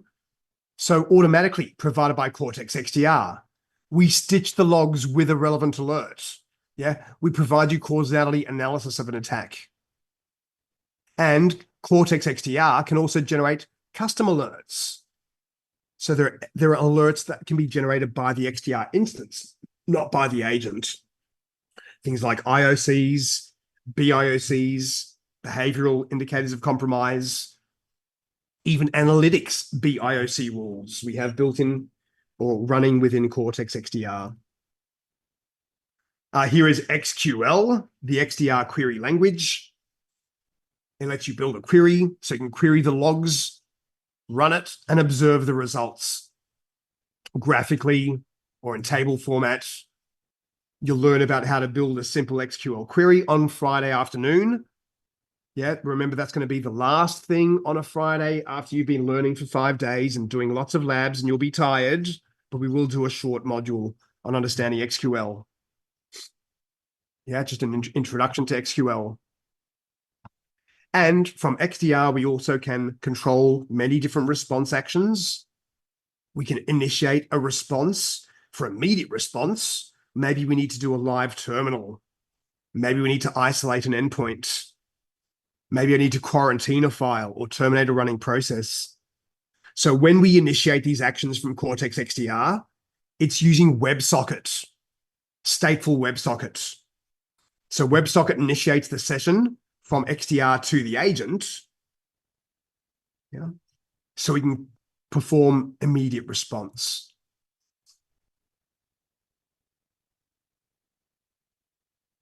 So here under endpoints, we have the all endpoint list. I'll open that in a new tab. And if I needed to perform some server initiated response to one of my endpoints, I'll find it in the list. This was my endpoint name last week, so I'll borrow this one. It's probably still connected. Maybe not, but anyway. No, that was a fail. Revert that. I meant to do that filter on the endpoint name, not the endpoint type.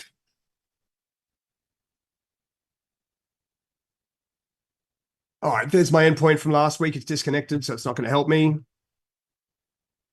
The endpoint name contains any other 6.5s from my course last week. And some of those are connected. Yeah, I can see their statuses. These are running the pro license already because we completed the 262 class last week. If I right click somewhere on one of the endpoints, I can perform security operations, retrieve files from the endpoint, initiate a malware scan, isolate the endpoint, or initiate live terminal. Here's a live terminal session being established using WebSocket from XDR Instance to an agent. The agent is sitting in a data center somewhere in Sydney office, in Sydney, yeah, somewhere in the world. And we've now got the task manager. I can see all the processes, their process IDs, their parent process. I can control the processes on that connected agent. Yeah. I can use the file explorer to dig down through all the local drives and do whatever I want on these local drives. Yeah. Take a directory, move it, rename it, delete it, download it so I can get access to it myself. Yeah. Or if I find a file, I could get a verdict from Wildfire. Hey, Wildfire, you ever seen this file before? It's unknown. It will upload it to Wildfire for analysis. Yeah. So this is the live terminal. I can initiate a command line command. Yeah. I can run a command on the something that doesn't need interaction. That fails altogether. Something that doesn't need interaction for me, but calc.exe, shift enter. You see how it says here to execute the command. This is what most people don't notice. Press shift enter. So then if I shift enter, then the calculator is now running on that endpoint. Yeah, they see the calculator just popped up, whoever's using that workstation or server. I can run a Python script.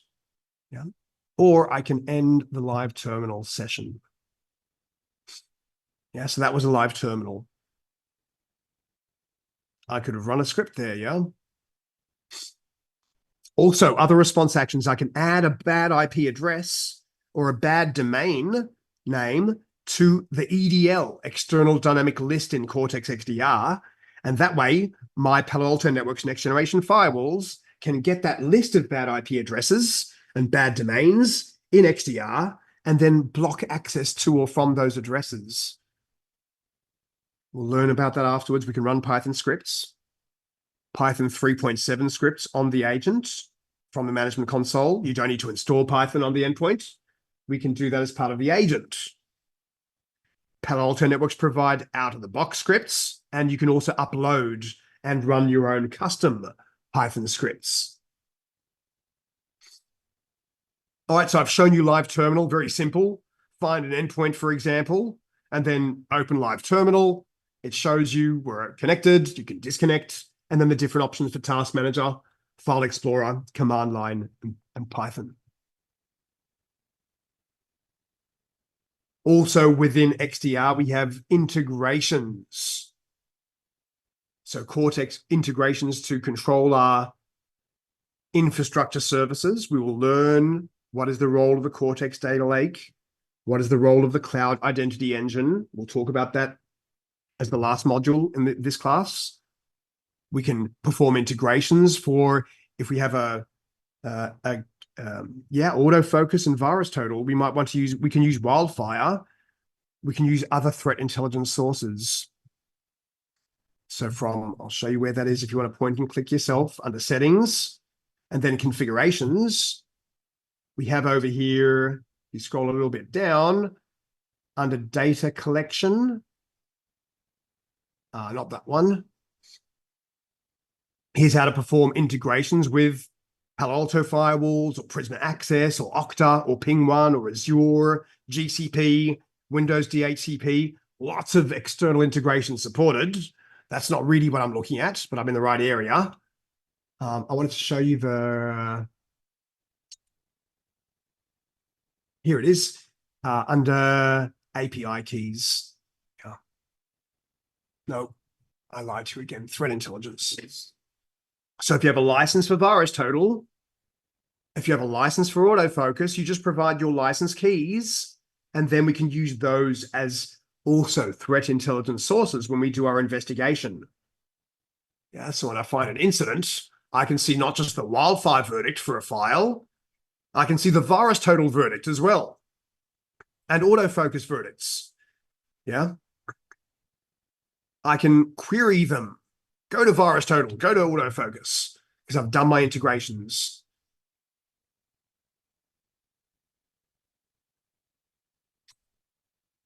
So we are also able to send alerts and reports. We have outbound integration with syslog listeners, something we can send a syslog to, and also we can send slacks. So for alerts and reports, we can send.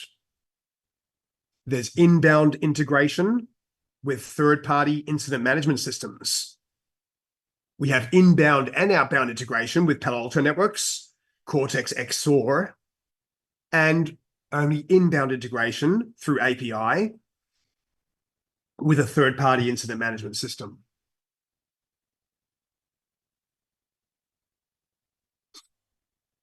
All right, the very last part of this module, before I give you access to the first lab and time for a break as well. Now you must be due for a break any second. Give me a few more pages. You've already had one short break. Okay, so now the last part is to understand when you purchase Cortex XDR, we have different licenses, different product offerings and licenses. So this is also very important to understand. Yeah, we have different product offerings. Cortex XDR comes with different base licenses. These are the base license types. You don't need all of them. You don't need all of them. Yeah, but these are the different base licenses. Maybe you do, depends on your requirement. Yeah. Some customers need all. In my organization, this is all I have. Pro per endpoint. Yeah. So here are the different base licenses. Prevent, the most basic license, it's sold with 200 endpoint is the minimum, 200 endpoint minimum, and it provides endpoint protection only. Yeah. But we don't provide the advanced features with just the prevent license. So if you want the advanced features, you want the ability to be able to run Python scripts on the endpoints and be able to get stitched alerts, the log stitching. Yeah. You want to use the Pro per endpoint base license. Also, minimum is 200 endpoints. It also provides endpoint protection, but we do the data collection. We do the correlation of logs with alerts. We have advanced response. It's more expensive than prevent. Yeah, 200 Pro is more expensive than 200 prevent. But it gives you a higher level of protection and much more detail for advanced analysis. Yeah, and remediation as well. The third base license is called Cloud per Host. It's very similar to the features of Pro per endpoint, but this is for cloud host protection. So I've got a virtual machine running in Azure, or I've got an AWS instance. This time I have to purchase the Cloud per Host license. It provides cloud host protection, yeah, cloud data collection, correlation and response, but it's on a per host. I don't buy 200. I might just buy 1 or 2 or 3 Cloud per Host licenses. And if you need to take in the data from an external source, like a third-party firewall, or from Okta, for example, or Azure AD, if you need to log the data from an external source, you've got to pay for your storage. You have to purchase the Pro per terabyte license. It doesn't provide endpoint protection. It just lets us log that additional data so XDR can get access to it and maybe do the log stitching it needs to and other advanced analysis. So it's for network detection and response, Pro per terabyte. It's now also sold Pro per gigabyte, so you don't need to buy 1 terabyte chunks. You can buy in gigabyte increments as well. It's cheaper. They're the 4 base license types. So if I go back to our Cortex XDR and I then look at our settings and Cortex XDR license, you can see this XDR has been licensed with 1000 Pro per endpoint, and we have a Pro per gigabyte license for 33 gigabytes as well. Also what our utilization is. I could, some companies ask me, can I use a mix of prevent and pro? So what if I had like a company with 10,000 agents, 10,000 machines, 1,000 servers and 9,000 workstations, for example. I'm just using an example, yeah? I could have 9,000 prevent licenses for all the workstations and then 1,000 Pro per endpoint for all the servers. You can use a mix of both, yeah?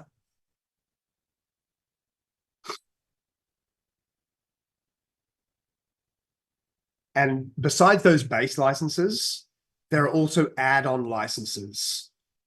An add-on is a module that requires an added license to be activated.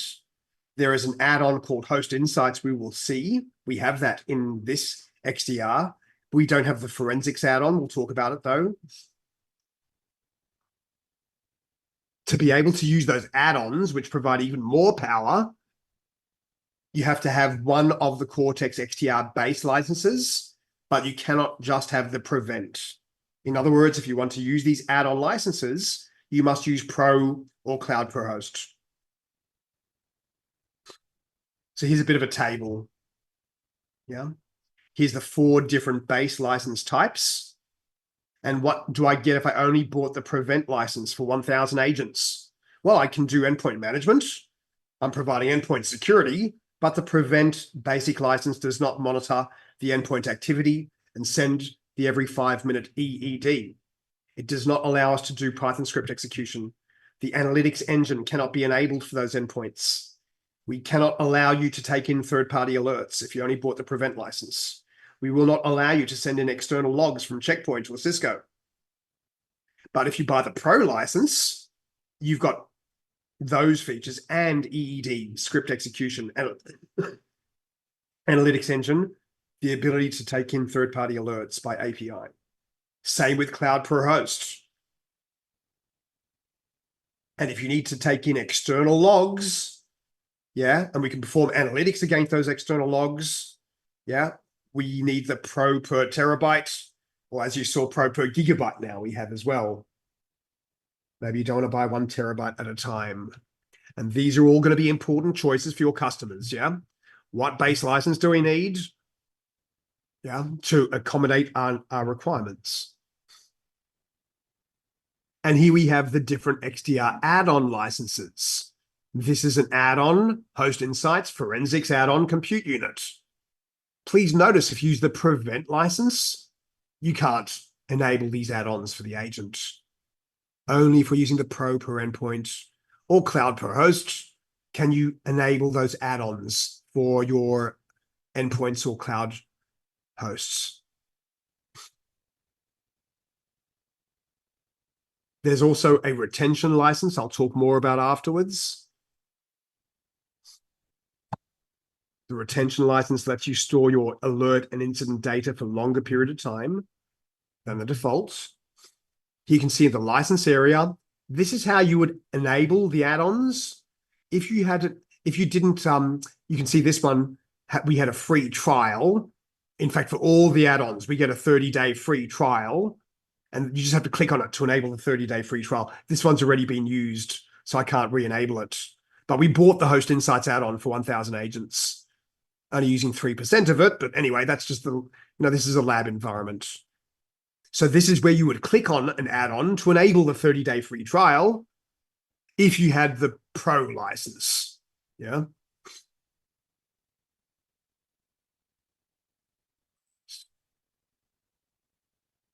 So that's where you see your licenses from, yeah, from the XDR Management Console. Under Settings, XDR License. Here you can see an example of an instance which has just the Prevent license for Cortex XDR. It's still advanced endpoint protection, and this was purchased for 300 agents. Again, 200 is the minimum. So far, we haven't installed any agents. Here we have another example of a different instance where they have purchased the minimum, 200 agents Pro per endpoint, and they purchased a 1 terabyte Pro per terabyte.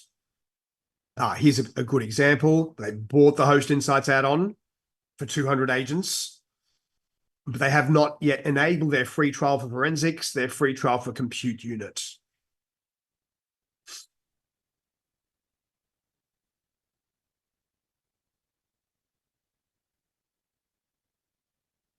So it's important to understand that Cortex XDR offers 2 different agent license types. We have the Prevent agent and the Pro agent, which has more professional, advanced Pro capabilities. The difference is only the license. There is no code difference. So the way we configure the agent is really just a setting in the agent settings profile the agent can change from pro to prevent in a check-in. Yeah. So for example, just quickly, lost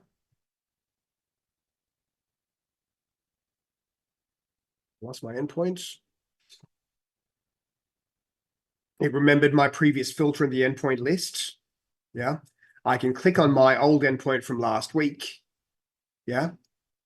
And I can then endpoint data, view the endpoint policy, which profiles is my disconnected endpoint using. Yeah, you can see it had a pro button next to it. And there is an agent settings profile. You'll get to configure your own today. And there are many settings to control the agent settings, the disk space, the user interface settings, agent security settings. XDR Pro endpoints was enabled for my endpoint. So if I wanted to disable it for my endpoint, I'll go and view that profile. I'm going to open the agent settings profile used by my agent, and I'm going to disable its pro license capability. Yeah, it's disabled by default. Yeah, this setting over here on XDR Pro endpoints, do you want to enable Cortex XDR Pro agent capabilities? It's disabled as the default. Yeah. So to get an agent to change to Pro, you just say enable XDR Pro. And if you enable XDR Pro, we will monitor and collect enhanced endpoint data every 5 minutes from the agent. And because we have Pro enabled and the Host Insights add-on, I can choose, do we want to use Host Insights for this Pro agent? Disable? No, I don't. Enable? Yes, I do. And if I do, I then have additional Host Insights options. So that's how we control. It's not a change of code. It's really just a change in the agent settings. Yeah, it's the difference is only a license. It's not code. I don't need to reinstall the agent. I just change its settings. So Cortex XDR maintains 2 different license pools. It identifies which machines have prevent, which machines have pro. If we had both prevent and pro, yeah, some machines using prevent, some using pro, that's fine. And in other environments, the customer chooses, I want pro on every endpoint. Yeah, it's more expensive. It's their choice, your choice to help them guide. All right, so by the end of the module, we've talked a bit about exploit and malware attack vectors. We'll go through the detail tomorrow. You understand more about the Cortex XDR instance and how we access the management console.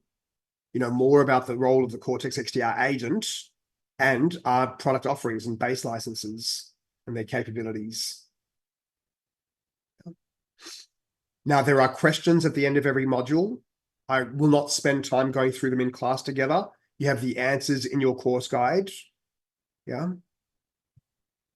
But what we do is we need to perform the labs at the end of every module. Yeah. So do you have any questions before I demonstrate the lab access? You can ask anytime your questions. I'd like to demonstrate the way. Okay, it sounds like you all know how to access our Cortex XDR, but we also provide you with access to some virtual machines in the lab. Great, thank you, Manuel. So to access the virtual machines in the lab, I will share with you the details I haven't yet. I'll share with you the lab URL that we're going to be using. And I'll give you your own username and your password, yeah, at the right time. But now I just want you to watch me.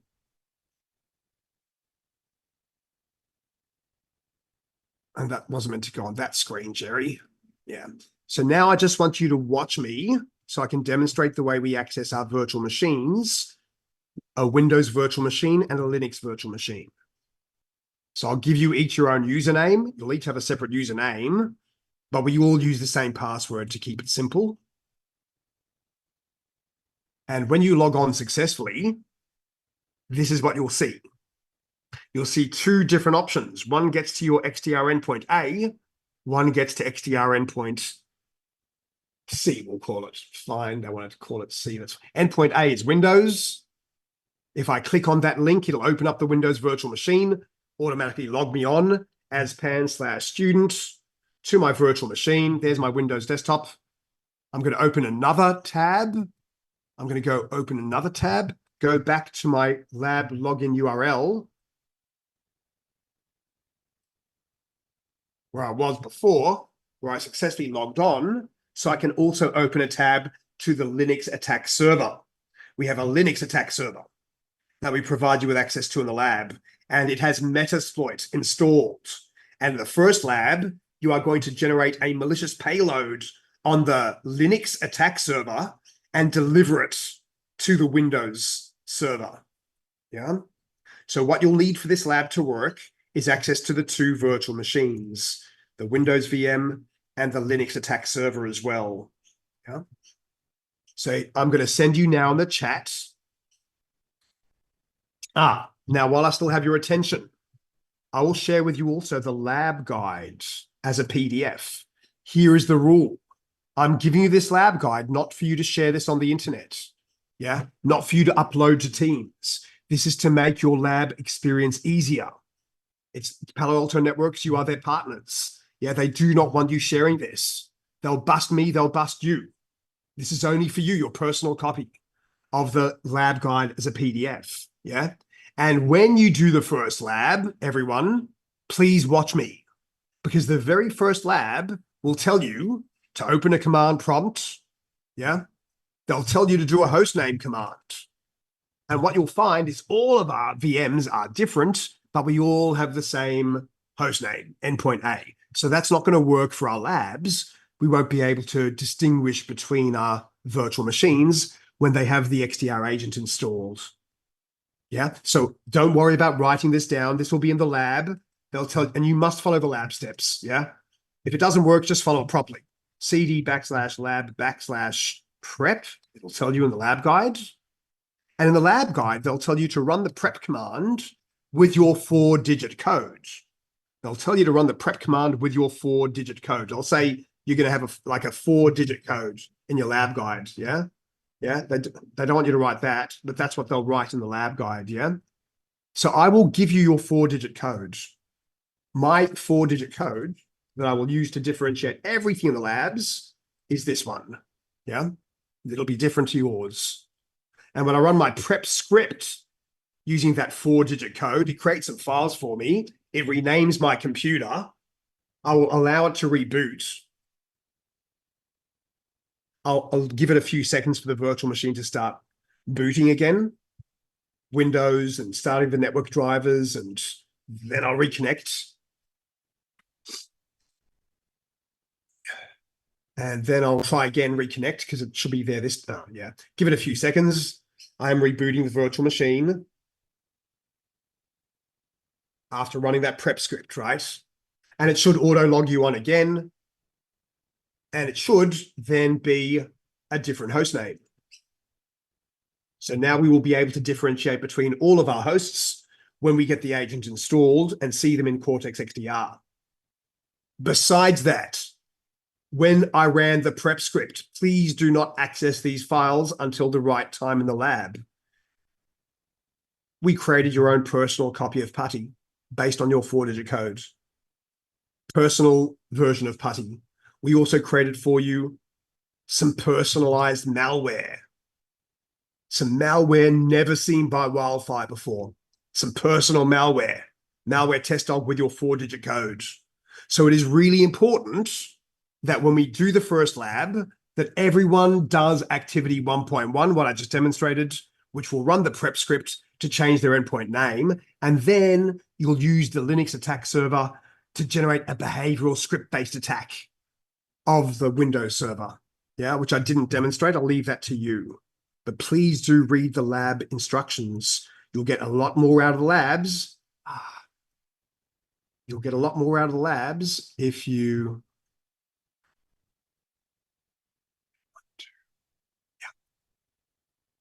If you read the lab activity introduction.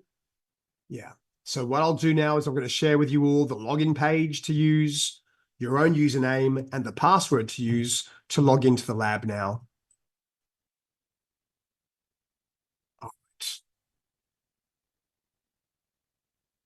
Yeah, that kind of looks all right through the chat. It should, oh, maybe it didn't look all right. Let me see what it looks like on my other one. Yeah, you can just resize the chat window if you need to. And yeah, that looks fine.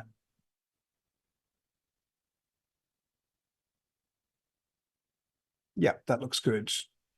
So you each have your own username, starting with JS18 and ending with a number. And I didn't send your 4-digit codes. Yeah, that's just the lab login details that you need. Now I'm going to send your 4-digit code that you will use in all the labs.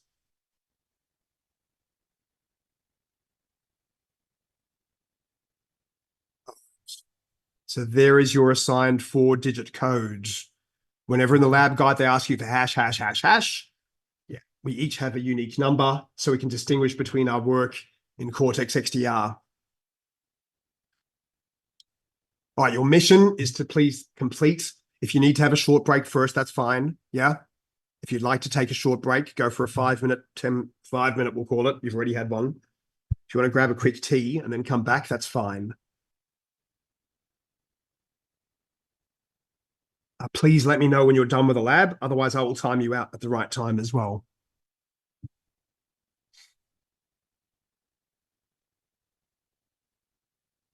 During the labs, I go quiet. I let you concentrate.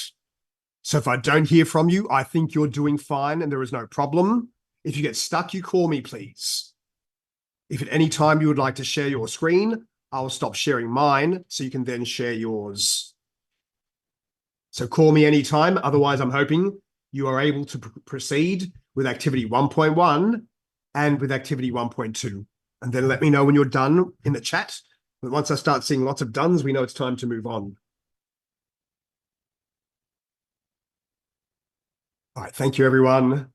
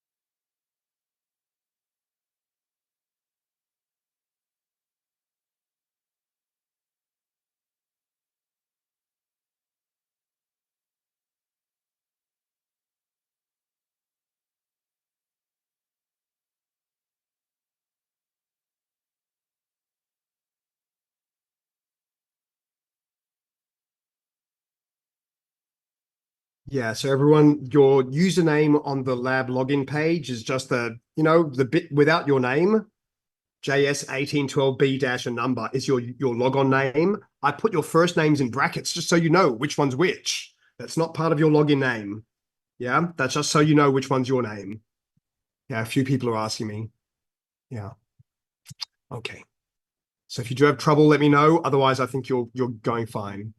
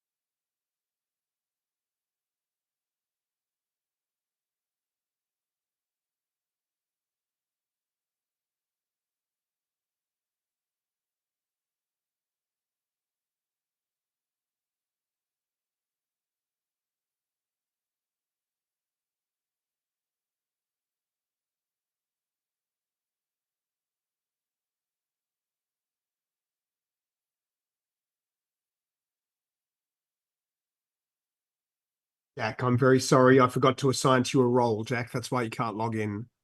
So you see how you have no role? So I'm just editing your user, assigning to you like everyone else, instance administrator. And if you just give that 1 minute or a few seconds, you should be able to log on successfully to XDR now. Yeah.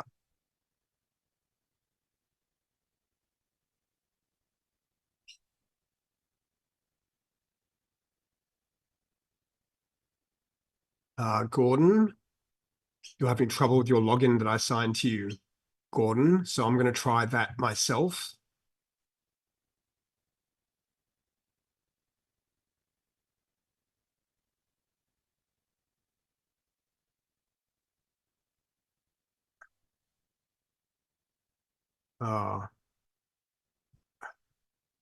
So Gordon, you're saying you're using the -12 and the right password.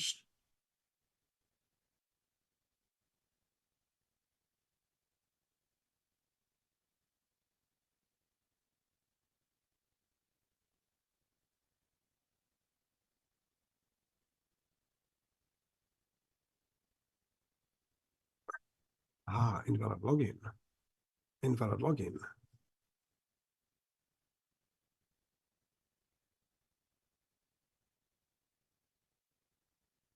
Okay.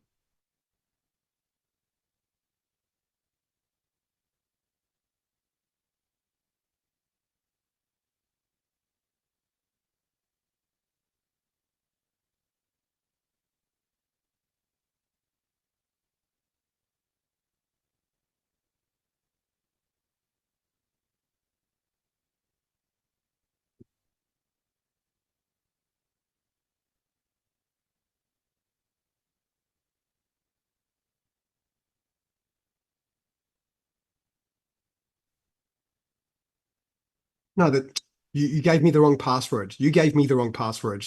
Yeah. Gordon, you've given me the wrong password. So just copy and paste the password. That's an L, not a 1. Yeah, I think you got that. But I just copied and pasted the password I gave you and it worked. Yeah. So you've got one more character in there or something.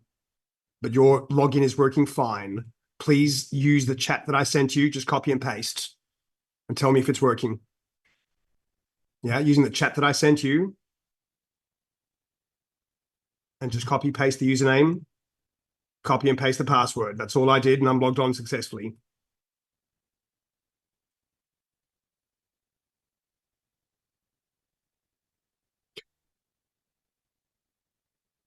You got that, Gordon? Give it a go again.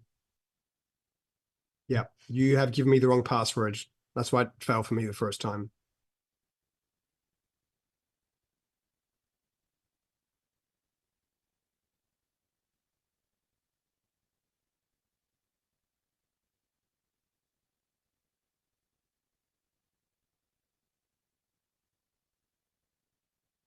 It looks right, but there's something wrong about it, right? The one you sent me. I don't know why.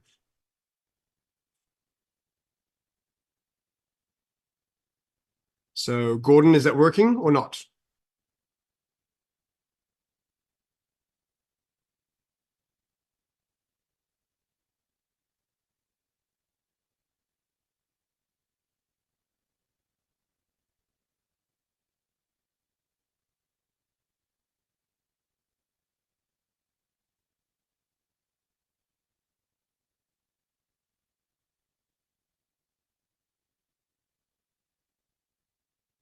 You can't copy from Zoom.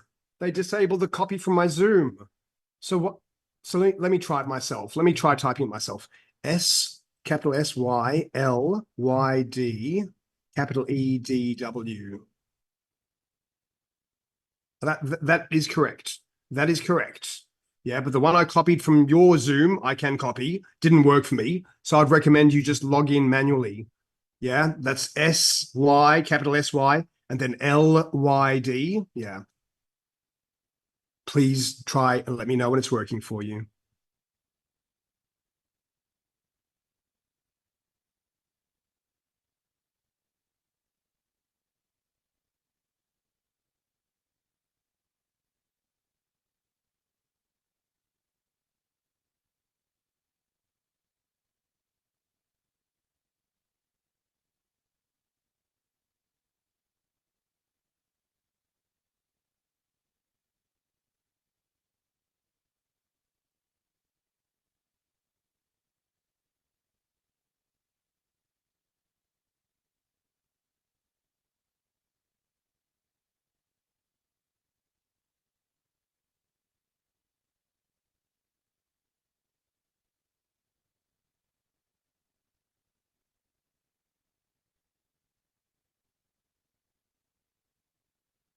Yeah. So I've shared with you all the PDF of the lab guide.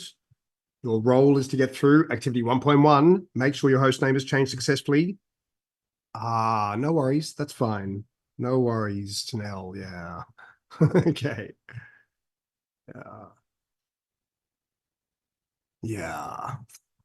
It's a bad font. It's a bad font. It doesn't show the difference between L and a 1 and an I. Yeah.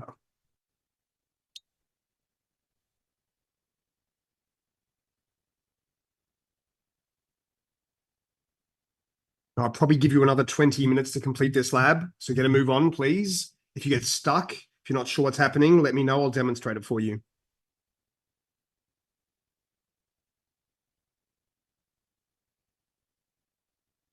Okay.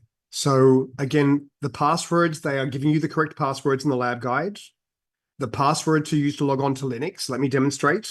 It looks like Palo Alto. It stands for Palo Alto. Yeah.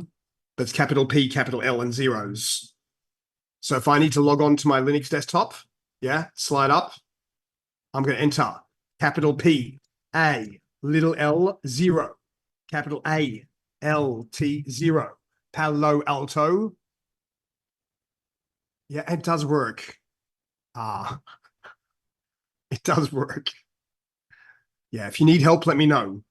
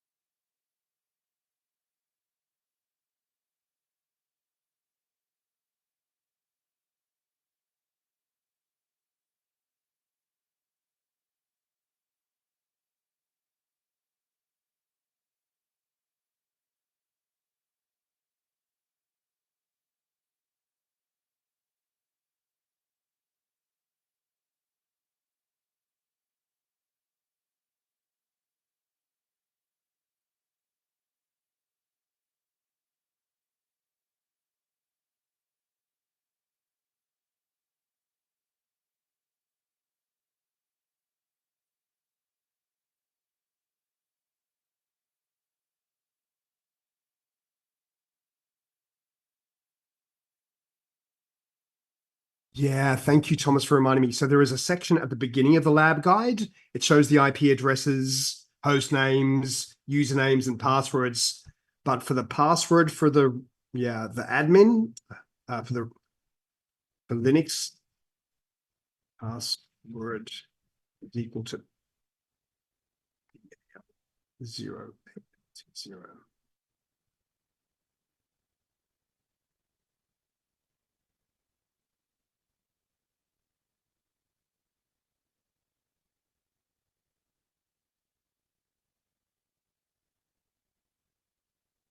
Yeah.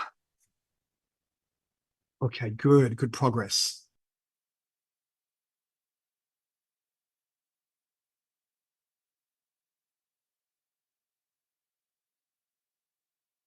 And for those of you that haven't driven Linux much, you can just tab to do the completions for most commands.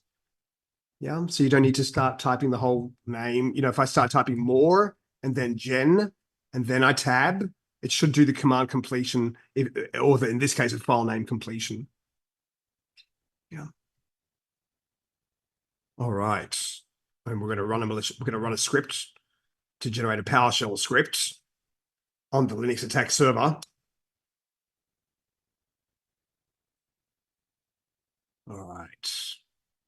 And this will generate an rshell.ps1, a PowerShell script file for us. Good. And we can then have a look at that too. Not that you need to, but oh, goodness. All right, some malicious payload that's been prepared for delivery to the Windows server. That's what we just generated. All right. So yeah, go through the lab. If you're having trouble, you let me know.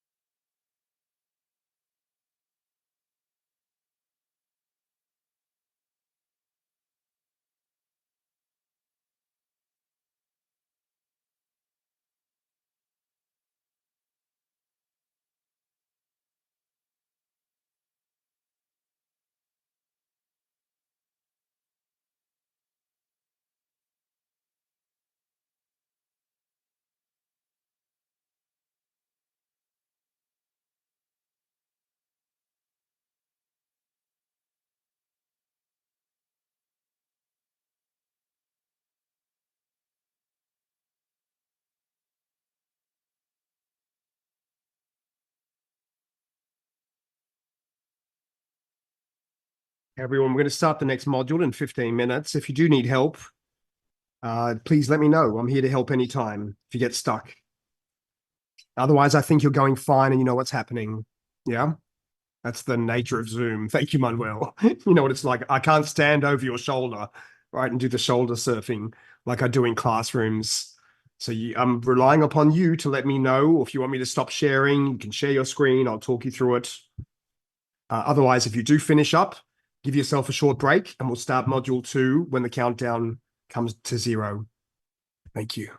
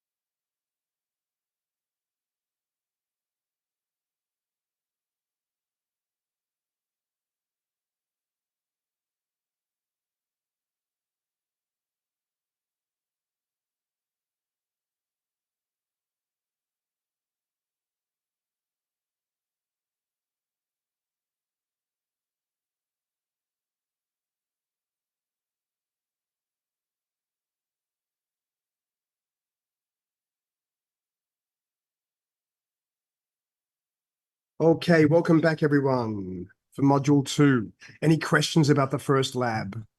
Who had success with the first lab? Maybe give it to me that way, with a thumbs up or a done, if you didn't send a done already. Thank you, Kent. Has anyone else completed the lab? Done, Thomas, awesome. Yeah, I just want to make sure I'm giving you enough time for the labs. I know.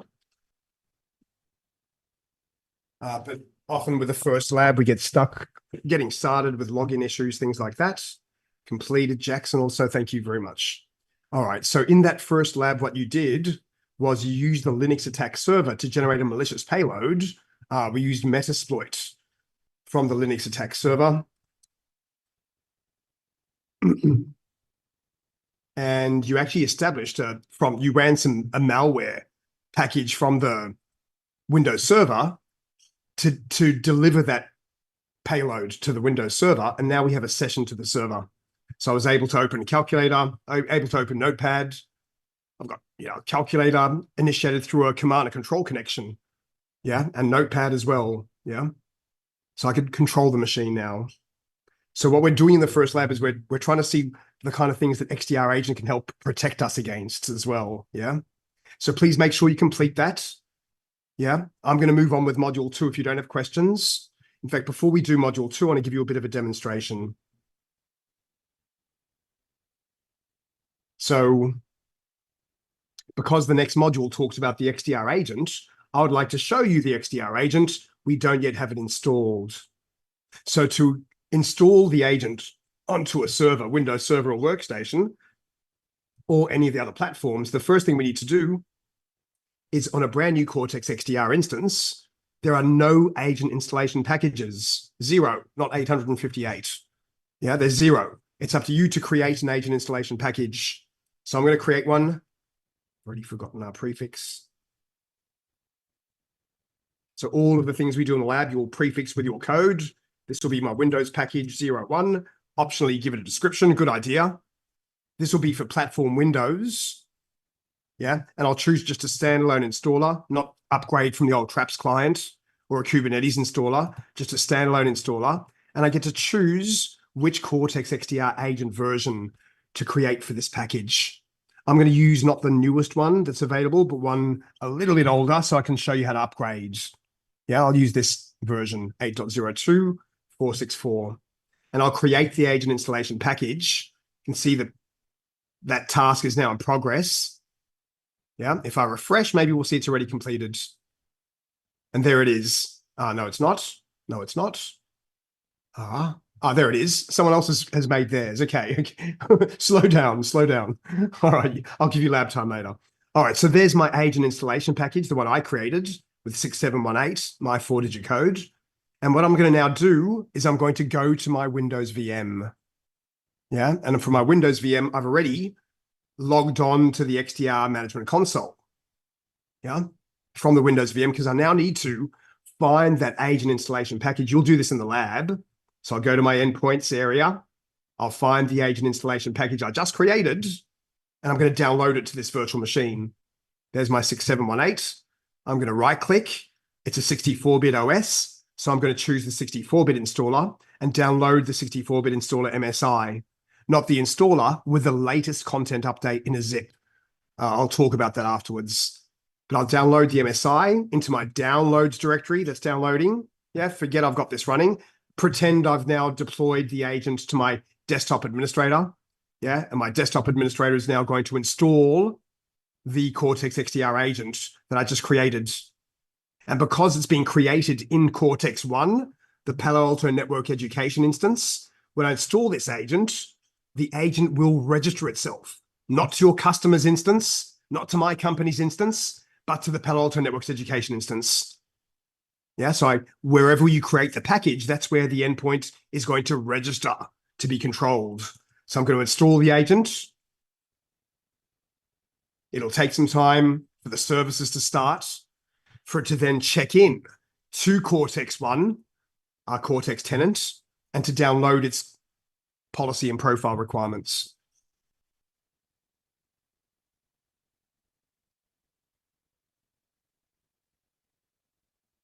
I can see now my agent console tray icon. It's disabled. My agent console protection. I can try to launch it. I can see it's not yet fully installed and the services haven't started. This isn't good. You don't want to see it like this. Yeah, because it's still installing. Finish. Okay, finish. But the services have not yet started up. It is not yet connected to our Cortex instance. I'm not going to touch it. I'm not going to do anything. It will. We'll give it a few more seconds. We'll see it all turn green, and then it will establish a connection to a call home server in Cortex 1. I won't force it to check in. There, I didn't do anything, yeah? Now my advanced protection is enabled. I have anti-exploit and anti-malware protection, and it's performed a check. It did a check-in to Cortex 1, and all of a sudden, the user sees a Cortex XDR prevention alert pop up that XDR has blocked a malicious activity. And did you see what disappeared in the background? Yeah? You don't do this in the lab. I like to demonstrate it. I still had that command and control session established from our Linux server. And when I installed the agent, we identified behavior that needed to be prevented. And you can see that we terminated the session from the agent. The agent has identified a behavioral threat, has terminated the processes involved, and not just the attack process, but also Calculator and Notepad that were launched as part of that process. Yeah. So my agent matched a rule. Its behavioral threat protection module is provided with many rules by Palo Alto Networks, and it matched a rule identifying that this behavior needs to be prevented. We terminated the processes, sent the alert to Cortex XDR, and so now we'll actually have an alert in Cortex XDR that came from my endpoint. I'm going to incidents. I don't know which incident my alert has become part of, so I'm going to jump to the alerts table, and most likely the most recent alert has come from 6718, my endpoint. 6719, my endpoint. Maybe I confused myself. Is that me? It is. I used the wrong 4-digit code. I see. Okay. From my prep. It doesn't matter. That's the alert that came in from my endpoint. Yeah.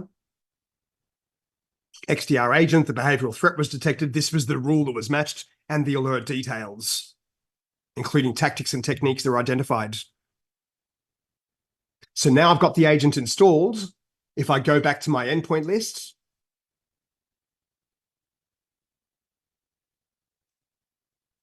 and under all endpoints, we'll find my endpoint, 6719, is now connected.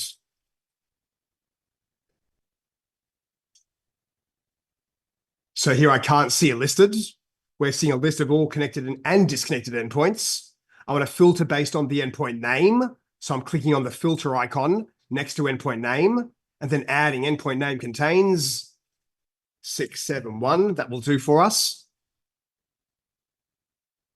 Just show me the endpoints with names that contain 67. There's my endpoint. Yeah. And even though I didn't configure a policy for it, it received the default policy for Windows. And the default policy for Windows provides a set of default profiles. So my workstation has been configured, it's really a server, is now using the default agent settings profile that's part of Cortex XDR. It's using the default malware profile. I can still see what all the settings are. And as you saw, I've got malware protection. Yeah. I'm using all the default profiles. So with a brand new installation of Cortex XDR agent, if you don't target a policy for it, it'll use the default policy, which applies the default profiles. So that's a brief introduction. We'll discuss all of that and more as we progress through the class, yeah? Through today's material. I just want to make sure that for those of you that haven't seen XDR agent, you've at least seen it before I do this part of the discussion. So now we'll start with module 2, where we talk about more detail about the Cortex XDR main components, how we work with our XDR cloud components, like using the management console and other cloud components, and how we work with the Cortex XDR agent. So learning objective for this module, my objective is to give you a lunch break at 1 o'clock. Yeah. We're having lunch in about 40 minutes. So learning objectives, you'll be able to identify Cortex XDR cloud components, including the role of the customer support portal to provide a user with login to Cortex XDR, the role of the Cortex XDR gateway, another cloud service, how we interact with your instances, the different methods, how we interact with your Cortex XDR agent, and the process to install and update Cortex XDR agent. So the first section is how we work with XDR cloud components. So the first important cloud component we have is the Cortex XDR instance. A Cortex XDR instance, we sometimes call it a tenant. It is running in the cloud, and there is one per customer. So once the customer buys their license for XDR, we then create the instance through a one-time process called instance activation. In general, again, one instance per company, per tenant, organization, company, or business unit. And the instance activation process, a one-time task, but it does require you have the license. You've got a serial number already. The activation process takes about an hour for your instance to become fully activated so you can log on to the management console. And we'll talk more about the activation process on Wednesday, but it will create several components in GCP, in the installation region where you choose. So if your customer wants to keep their data within Singapore, we will choose the installation region of Singapore. If they want to keep their data in India, we'll choose the install region of India or Australia, and there are others. Yeah. And what that'll do is it'll create the appropriate components in GCP in that region. The way we interact with Cortex XDR Instance, the primary method is using our management console. We also have the XDR API. And as you've seen, we can support external integrations under the settings to integrate with external vendors or log providers.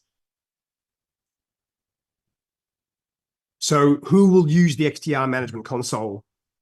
Typical users will include SOC analysts, SOC operators, security engineers, maybe even the desktop administrators to create an agent installation package unless it's provided to them. And there are different roles. Not everyone must be instance administrator. Yeah, we don't want everyone to do everything. But the typical tasks you'll perform is to perform our incident management and investigation, for alerts as well, for our threat response, to manage the security on the endpoints by choosing which profile or set of profiles it will use by attaching those profiles to a policy rule. So when the agent does a check-in, we evaluate which policy and profile should it use and download any changes. Every 5 minutes, the agent does a check-in. Every 5 minutes. You don't need to force it. Yeah. You can see my last check-in. Our VM times are in UTC, 4:24 UTC. My last check-in was a few minutes ago when I was talking to you. Every 5 minutes, it'll do a check-in and we'll evaluate which policy and profile it needs to get and the updates to it. From the XDR management console, we would create agent installation packages and control the update of your agents. Also, we will view dashboards and generate reports. So the kind of tasks that need to be performed from XDR management. How do we connect to the XDR management console? Here is the URL. If you're going to do your PCDRA exam, the kind of thing that they want you to know. What's the URL structure? So https:// the subdomain you get to choose during instance activation. You get to choose the subdomain name. Then .xdr, 2 letters for the region, SG, AU, that kind of thing, .paloaltonetworks.com. So Palo Alto Networks, when you do the activation on the form, they tell you maybe don't make this your company name, otherwise it becomes very predictable. Yeah. rededucation.xdr.au, we're in Australia, .paloaltonetworks.com, becomes too predictable. Remember that it is MFA protected. Yeah, all user logins, we have to go through authentication with a valid CSP user and the MFA authentication. If you have questions anytime, please do ask questions. Otherwise, I will keep on going. Yeah. So that's our URL structure. I'll show you more about the dashboards and reporting interface at the right time, but that's the important concept from here. By default, when you log in, you'll be placed under dashboards and reports. We have the dashboard and reporting area, but you're placed in dashboard, and the default dashboard will open. The default dashboard is the incident management dashboard, but we have many other dashboards as well. So by default, when you log on, you are placed in the incident management dashboard where we see SQL widgets. Each of these are separate SQL widgets, queries that are generated by SQL. Show me how many open incidents we have in the last 30 days, ranked by severity. Yeah. And then show it to me in graphical format. Show me another SQL that's showing incidents by assignee, aged versus open. Yeah, Jerry Solomon, he's in the bad list. Top incidents, top 10 incidents. What are their scores, their severities, the descriptions, how many alerts, the alerts breakdown. Alerts, and then the alert breakdown. 806 high severity alerts, 190 medium in these 1,000 alerts and more. So these are dashboards. There are many other dashboards. I don't spend time in the class taking you through them, but if you are going to do PCDRA, you want to look at them. What do I find under the agent management dashboard? Well, agent information. Operating system distribution, one Linux agent, 46 Windows agents.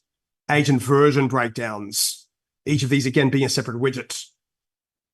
Other built-in, my data ingestion widget, if you're ingesting data from other sources and which products they are. Another dashboard. My security manager dashboard. Yeah, similar to the incident management dashboard. So each of those are separate dashboards, and we have a dashboard manager. Yeah, the dashboard manager lets you go about adding your own custom dashboards. Yeah, you can even clone the built-in dashboards from Palo Alto Networks. Yeah, copy them and make changes to them. Or if I wanted one of these dashboards to be my default dashboard when I log on, I don't want to use the incident management dashboard by default. I can choose a different dashboard and say set as default. And that's just for me, for my login from any machine. Yeah. If you want to add a new dashboard, very simple process, give it a name.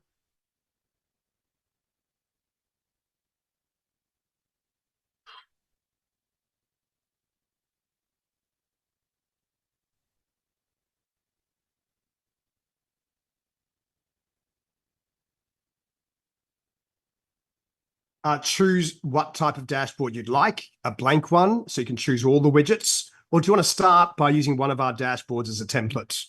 I'll start by using my incident management dash or agent management dashboard as a template. Next, we go through a 3-step process. Here's the stage 2 builder. Using mock data, not real data in my environment. This is what you'd get on this dashboard. Top hosts, agent status breakdown. Show me using the real data in my Cortex XDR. Yeah, I like that. Maybe I want to change this widget. I can change it or remove it. Maybe I'd like to include other widgets in my dashboard. Yeah, so here is our SQL widget library. And I can choose, other widgets, drag and drop them. I'm just being random now, yeah? Drag and drop them, reorder them, yeah?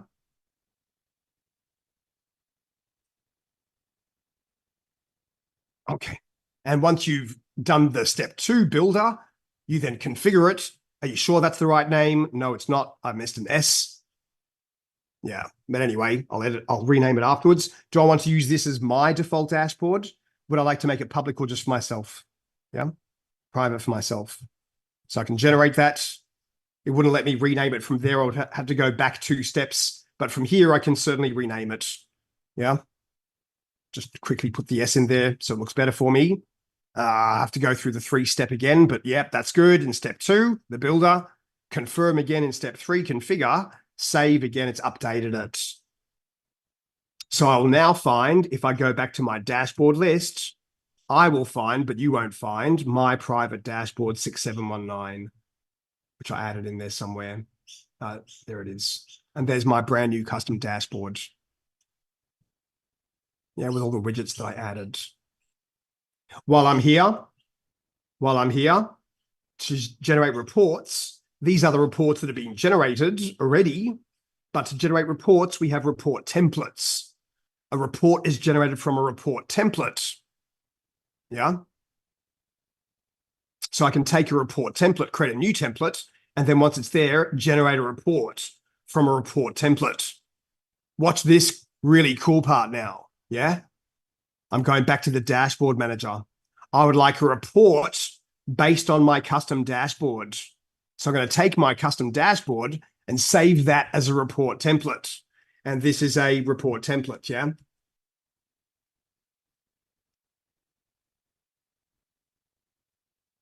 And give it a description, of course, good practice, but I'll create my report template. I'm not going to find it here in Dashboard Manager.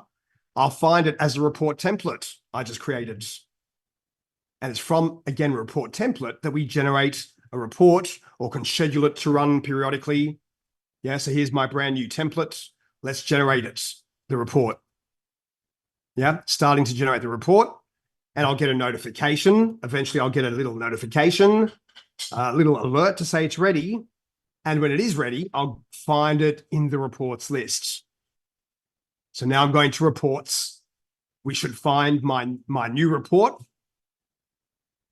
Won't take that long to generate.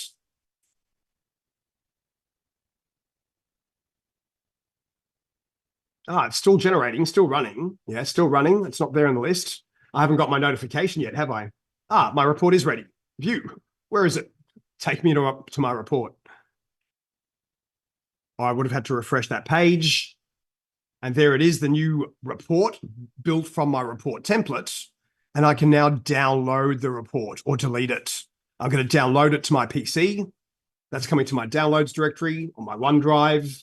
In my downloads directory instead, thank you. And here is the report. Let's open it as a PDF. And there's the report that was generated from my dashboard. So again, we don't spend time playing with those features in the class, but I encourage you to play with them. Yeah, because it's important for your customers as well. Understanding the reporting interface that we have. So anyway, the main point here is how do you log on to Cortex XDR? What's the URL? By default, you are placed in the incident management dashboard. All right. So in order for you to successfully log on to our Cortex XDR, how does that work? Or if you need to log on to your customers or to your organizations. Yeah. So understanding how we do authentication and authorization for the instance access. And here's our Cortex XDR instance. You need to log in to the management console using the management console, yeah? And so we need a valid customer support portal user, a CSP user. Some of you didn't have one this morning, but it was a 1-minute job for your super user to log on to the customer support portal for your account. Your account is your company, yeah? And they logged onto the customer support portal for your account so they could add you to the user registry, add you as a CSP user. You saw me do it for my account. I gave you a limited user role. Yeah. So it's the customer support portal where we manage the 2-factor authentication and the account authorization, because that's where your user is, in the user registry on the customer support portal for your account. And then for you to log on to XDR, you need to have a role in Cortex XDR. And we can manage the authorization for your CSP user using the Cortex XDR gateway. That's one way to manage the authorization. I didn't do it that way. You saw me go straight to the management console and then find you in the user list. I could see all the users in the user registry on the customer support portal and then gave you a role. So I didn't use the gateway. I did it directly on the instance. But the requirement is that you could authenticate with a valid CSP user and that you have a role.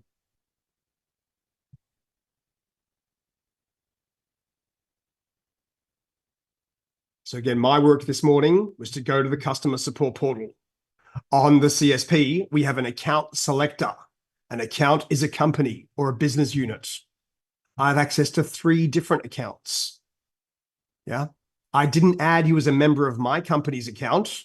I won't say they were. I'm not trying to do marketing. I didn't add you as a member of my company's account. That's not where the Cortex one was. I added you as a member of this account, yeah, where our Cortex-1 instance is licensed. I went into the user list.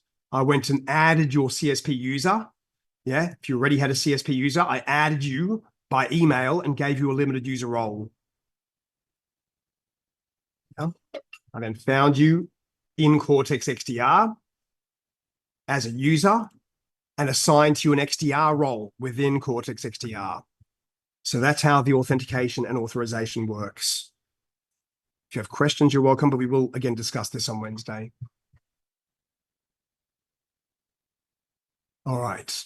From the XDR management console, which is in the, well, XDR is in the cloud, you have got full control over your endpoints, depending on your role in Cortex XDR.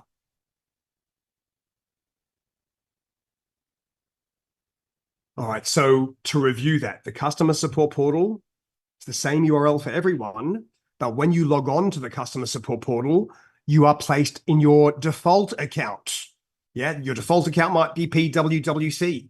Yeah, your default account, a CSP account is a company, not a CSP user. Yeah, so someone who was the CSP super user for your account added you as a member. Yeah, to create your CSP user. So this is also where, of course, we go and create and track a support case. If you've ever had to register a new firewall, a new Palo Alto firewall or Panorama, it's where we do our hardware device registrations. It's where you manage your licensing. It's also where we manage the CSP account and the members, the users of the account. Another cloud component that we have is the Cortex XDR gateway. Now, I don't think you've seen the gateway yet, but I'll take you to the gateway. The gateway is the same URL for everyone.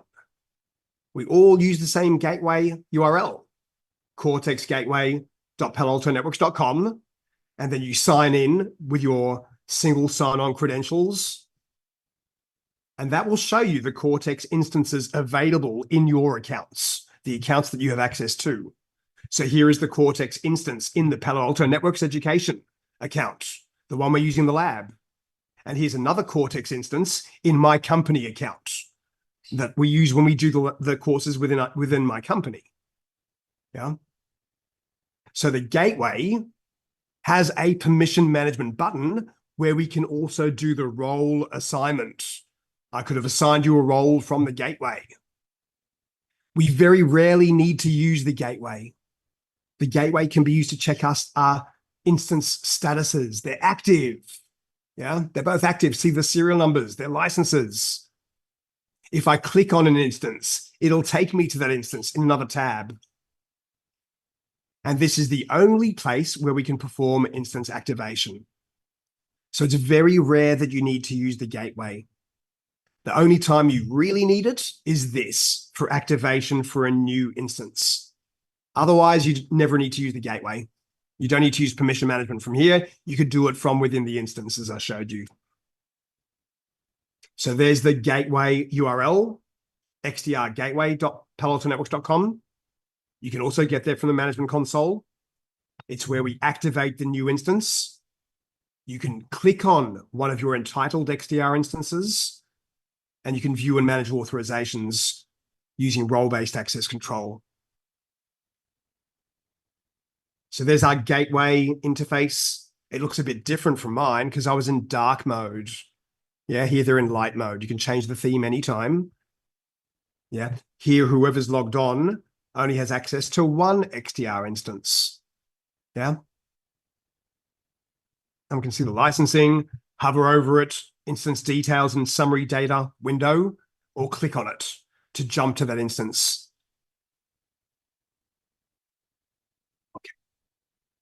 So the next part, the last part of this module, is understanding how we work with our Cortex XDR agent. Yeah, when you create a brand new instance, you need to think about creating your agent installation packages so you can download and install to your agents. So what are the supported platforms that we provide Cortex XDR agent code? We have Windows, Mac OS, Linux, Android, and iOS. Less features for Android and iOS than we have for the first three. They have different capabilities. There is also support for VDI desktops in a VDI environment. If you're providing VDI support to your users when they're within the organization or external, there are persistent VDI desktops. So the user, when they log in, they get to the same virtual machine. It's the same way they left it. Yeah. Or there are non-persistent VDI desktops, a virtual machine that gets dynamically recreated or cloned at user login. We can support both persistent and non-persistent VDI desktops. Persistent VDI desktops retain their license. Non-persistent desktops release their license at the end of the session. For organizations that are now trying to migrate their applications to the cloud, public or private cloud, and they're now using containerized applications, we have containerized environment support as well. Host-based implementation, and it is agnostic of your container implementation. There's support for Docker, which would be very common, LXC, RTK, so it works for all different types of containerized environments. There's also XDR Cloud, which provides Kubernetes support. So if you have a number of, again, containerized application running within a Kubernetes cluster, we can even protect that environment as well. So it's not just about your on-prem workstations and servers. We have extensive support for others. So for many organizations, again, they are, again, trying to make their applications cloud native, so they can be migrated between clouds, public clouds and private clouds. And they're using Kubernetes to orchestrate their containers, the container management. You can deploy Cortex XDR agent for Kubernetes hosts. It's you're deploying the agent on the Kubernetes cluster. So there's a master, typically a VM, and other worker VMs in the Kubernetes cluster, and it works as a daemon set. And that way, it provides visibility into your containers, the container metadata, their name, ID image, the processes running within the containers to provide protection for those processes. That requires the cloud per host license. Yeah, that's cloud per host. The install is a YAML file, and here's the installation command. Yeah, you still create it and download it from the management console, and how you actually install it. I already showed you the process for a Windows agent installation package. So again, with brand new Cortex XDR, it's your role to create agent installation packages, at least one for every platform, so you can install to those types of machines.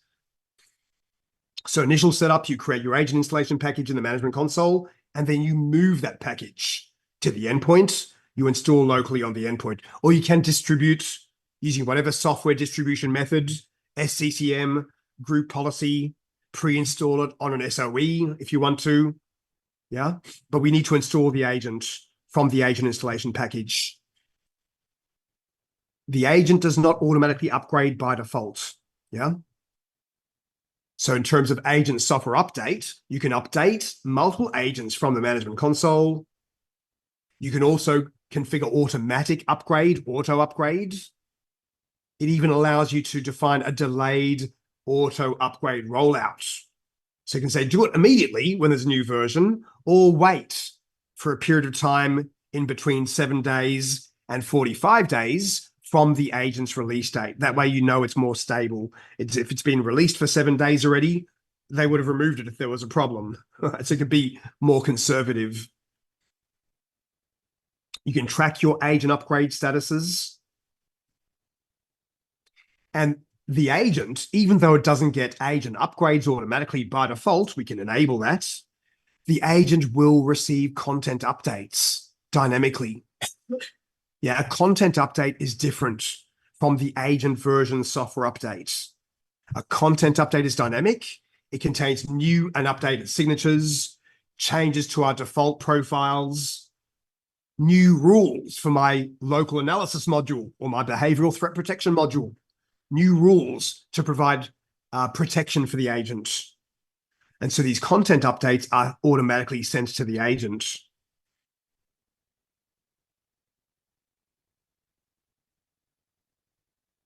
Here's the XDR gateway again. Yeah, if I click on an XDR, we jump to that instance. Well, we're talking about the agent installation and upgrades and agent updates, dynamic updates, content updates. Under settings here, we have the agent audit log, agent audit logs. And do a filter if the agent name contains 6719. Just my endpoint. And so we see here at this time, this agent version, a status message, agent status fully protected, another install event, then a content update. My agent performed a content update dynamically, and then it received a policy update from Cortex XDR. That all happened within about a minute, yeah? Within 30 seconds. And periodically, I'll get new content updates to the agent. If I want to upgrade my agent from an old agent version, I can find the agent, find the endpoint in the all endpoint list, yeah?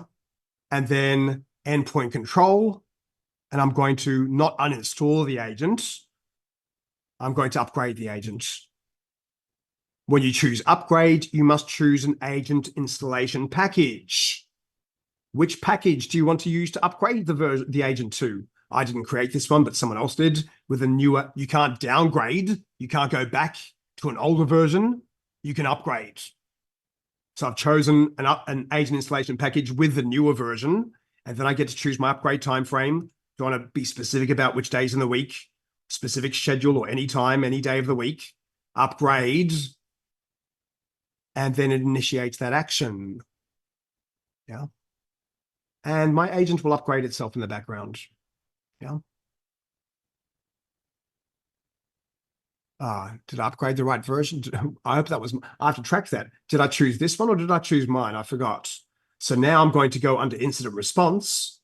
I'm going to go to the action center where I can track all the actions.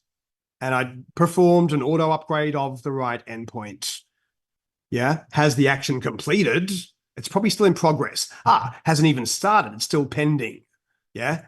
It'll update to in progress, and then it will update to completed successfully. So this is where I can track the different actions happening inside Cortex XDR. All right, so remember we have an agent audit log, so we can see when they got installed, when the content updates happened. And by default, again, the agent auto upgrade is not enabled.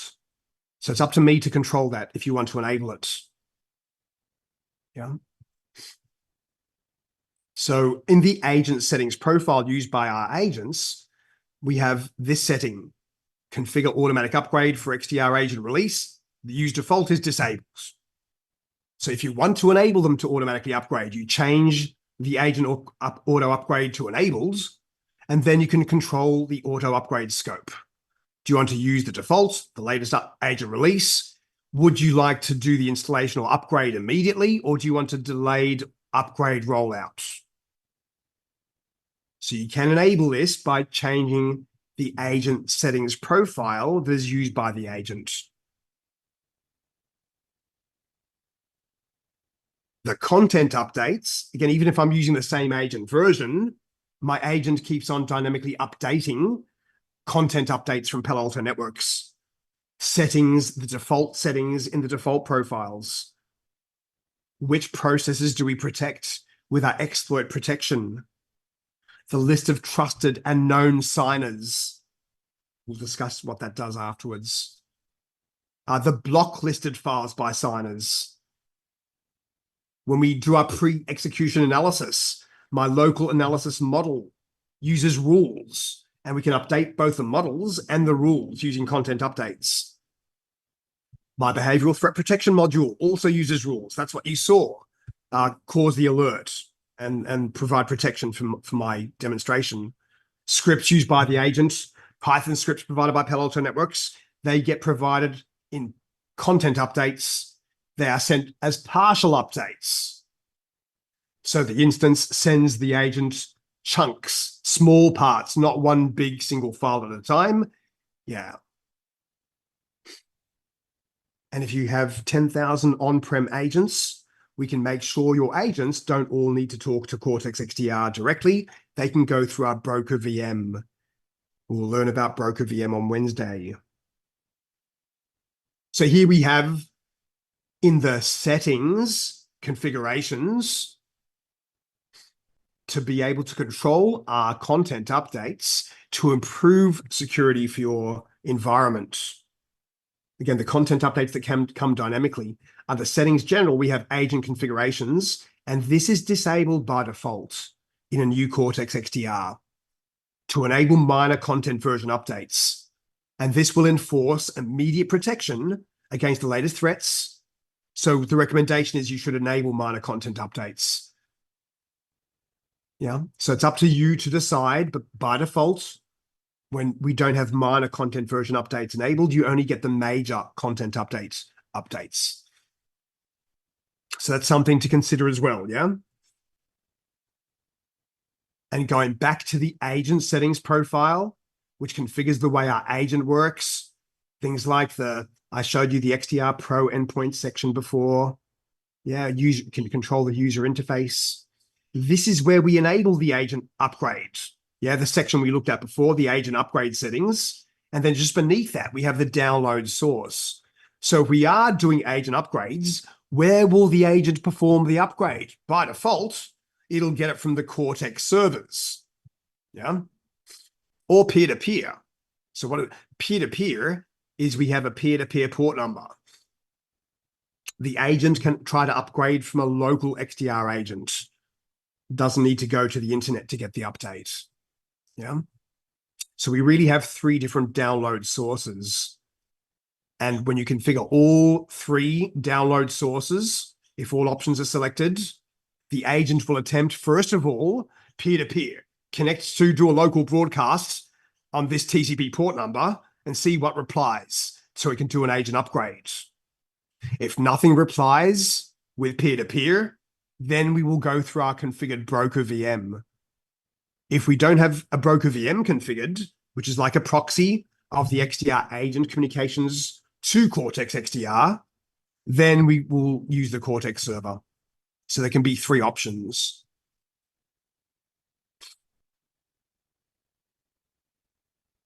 All right, so when I did the installation of the XDR agent on Windows, and for this course, we look mostly at Windows. Here they're trying to show you the components. So we have operating system kernel drivers to interface with the OS. XDR agent maintains lots of different metadata, databases, logs. It stores its configuration in JSON XML formatted files. We have a registry installation as well. And there are components within XDR agent that will connect to your Cortex servers in your instance. You saw how we do a check-in automatically and download policy updates and send the alerts. But also we are performing, if you have the Pro license, enhanced endpoint data monitoring and uploading only with a Pro license. But on the agent, we have our malware protection modules, MPMs, we call them. We have our exploit protection modules, EPMs, and we have the extensions, my host firewall extension, my USB control extension that was downloaded to the agent to further reduce the attack surface.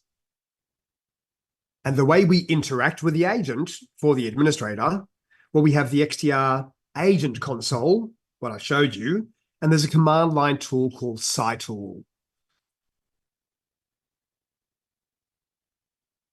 Yeah, so on the agent itself, we have the agent console, which is by default visible, the tray icon. This is just a tray icon. And here is the agent console, which also by default is accessible to the users. They can check in whenever they want. They can see if they closed that prevention alert pop-up before. These are all the alerts and events detected by the agent, and here are all the details. If I close it too quickly, I can see if there's any scanning of my endpoint, on demand or periodic scanning, and I can change my language settings, my language preference to just a few languages. So this is the XDR agent console. You can't do much in it. I can generate a support file to attach to a support case for Palo Alto Networks. But the main tool that we have is a command line tool called CyTool. Yeah, CyTool. A Cyvera tool. Yeah. And CyTool is not in my student directory. When you ran that prep script before, we placed the directory that has CyTool in it in your path. Yeah. Program files, Palo Alto Networks traps. That's where the executable is. A user will not find it normally. Yeah. But to make our lab environment easier, yeah, we just put it in your path so we can run CyTool from anywhere. Yeah. Show me all the options. CyTool runtime query. What's the status of my services? And if I know the supervisor password, I could even stop my Cortex XDR agent services if I knew the supervisor password. And CyTool can do many more things. It's much more powerful than our XDR agent console. It's our primary tool for troubleshooting as well. All right, so there's our Cortex XDR agent console. We get to it from the tray icon. Yeah. Available on all 5 platforms. I showed you how to initiate a manual heartbeat, generate support file, and how to move around. Again, the command line tool we have called CyTool, not on iOS and Android, on the other 3, is more powerful. For some options, it requires the uninstall password because it can be used to uninstall the agent. We also call it the supervisor password. This is the default supervisor password for a new Cortex XDR. Yeah, you just do your activation. This is the default password. So this should be changed. Otherwise, anyone would know how to stop the XDR agent in the environment. CyTool runtime stop, get prompted for the password, enter password 1. Fantastic. Just disable all protection. I could uninstall the agent. Yeah, so very important to change this default password in your brand new Cortex XDR instance.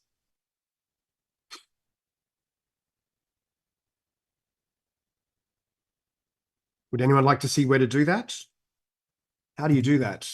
So Jerry, that would be a good question. Jerry, how do you change the default supervisor password? We go into the settings, configuration for your Cortex XDR, and here we have the agent configurations and the global uninstall password. I can control it on an agent settings profile, but this is the global password if we're using the default.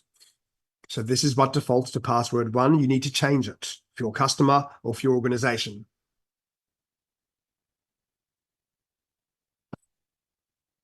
Okay.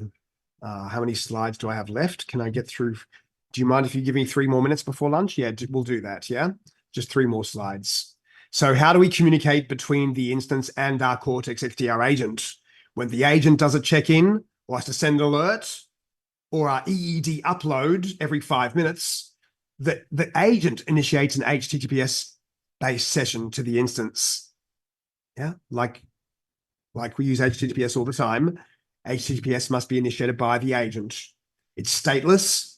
It's for instantaneous communications, to send an alert, to query a verdict from Wildfire. And periodically, when we do our heartbeats every 5 minutes, to send our enhanced endpoint data every 5 minutes, and to report non-security events, that's every 60 minutes. So they're all agent initiated. We're using HTTPS. What about when we did that live terminal session, or I need to terminate a running process, or quarantine a file? Yeah, we need to initiate that from XDR. So we do that using WebSocket. It's still from port 443 from the instance. You just need to allow port 443 through your firewalls to the instance, and it's used for most of our response actions.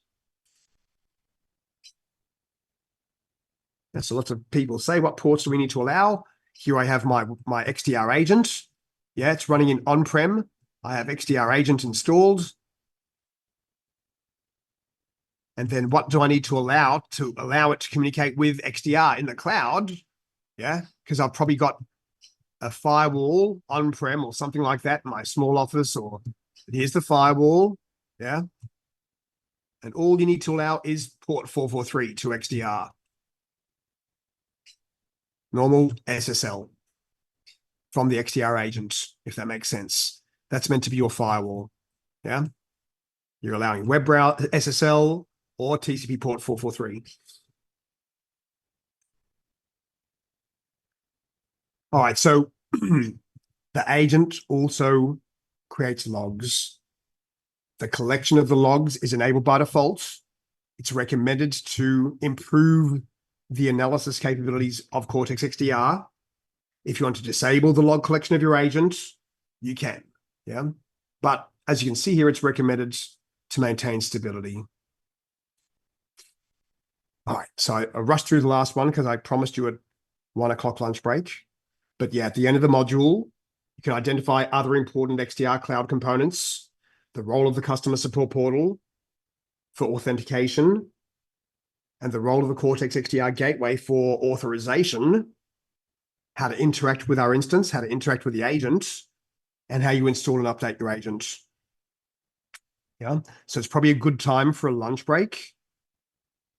We won't be taking 1 hour lunch breaks this week. Yeah, so I'm going to ask you to please return at, 10 minutes to the top of the hour. Yeah, but it's now lunch break time. Before you, up to you. Yeah, if you want to do the lab first and then lunch, it's up to you. You're welcome to, but I would suggest we all take a lunch break for about 48 minutes. Yeah, and then we'll come back and do the lunch, do the lab. I'm sorry, do the lunch. Sound okay? Lunch break, and then lab time. If you need to go for a meeting when we return, then you should do your lab first, right? Yeah, it's a very short lab, probably only about 15 minutes. So probably in about 1 hour plus, we're going to start with module 3, is what I'm trying to get at. Enjoy your break, everyone. If you need me, call out. Otherwise, I'll go quiet.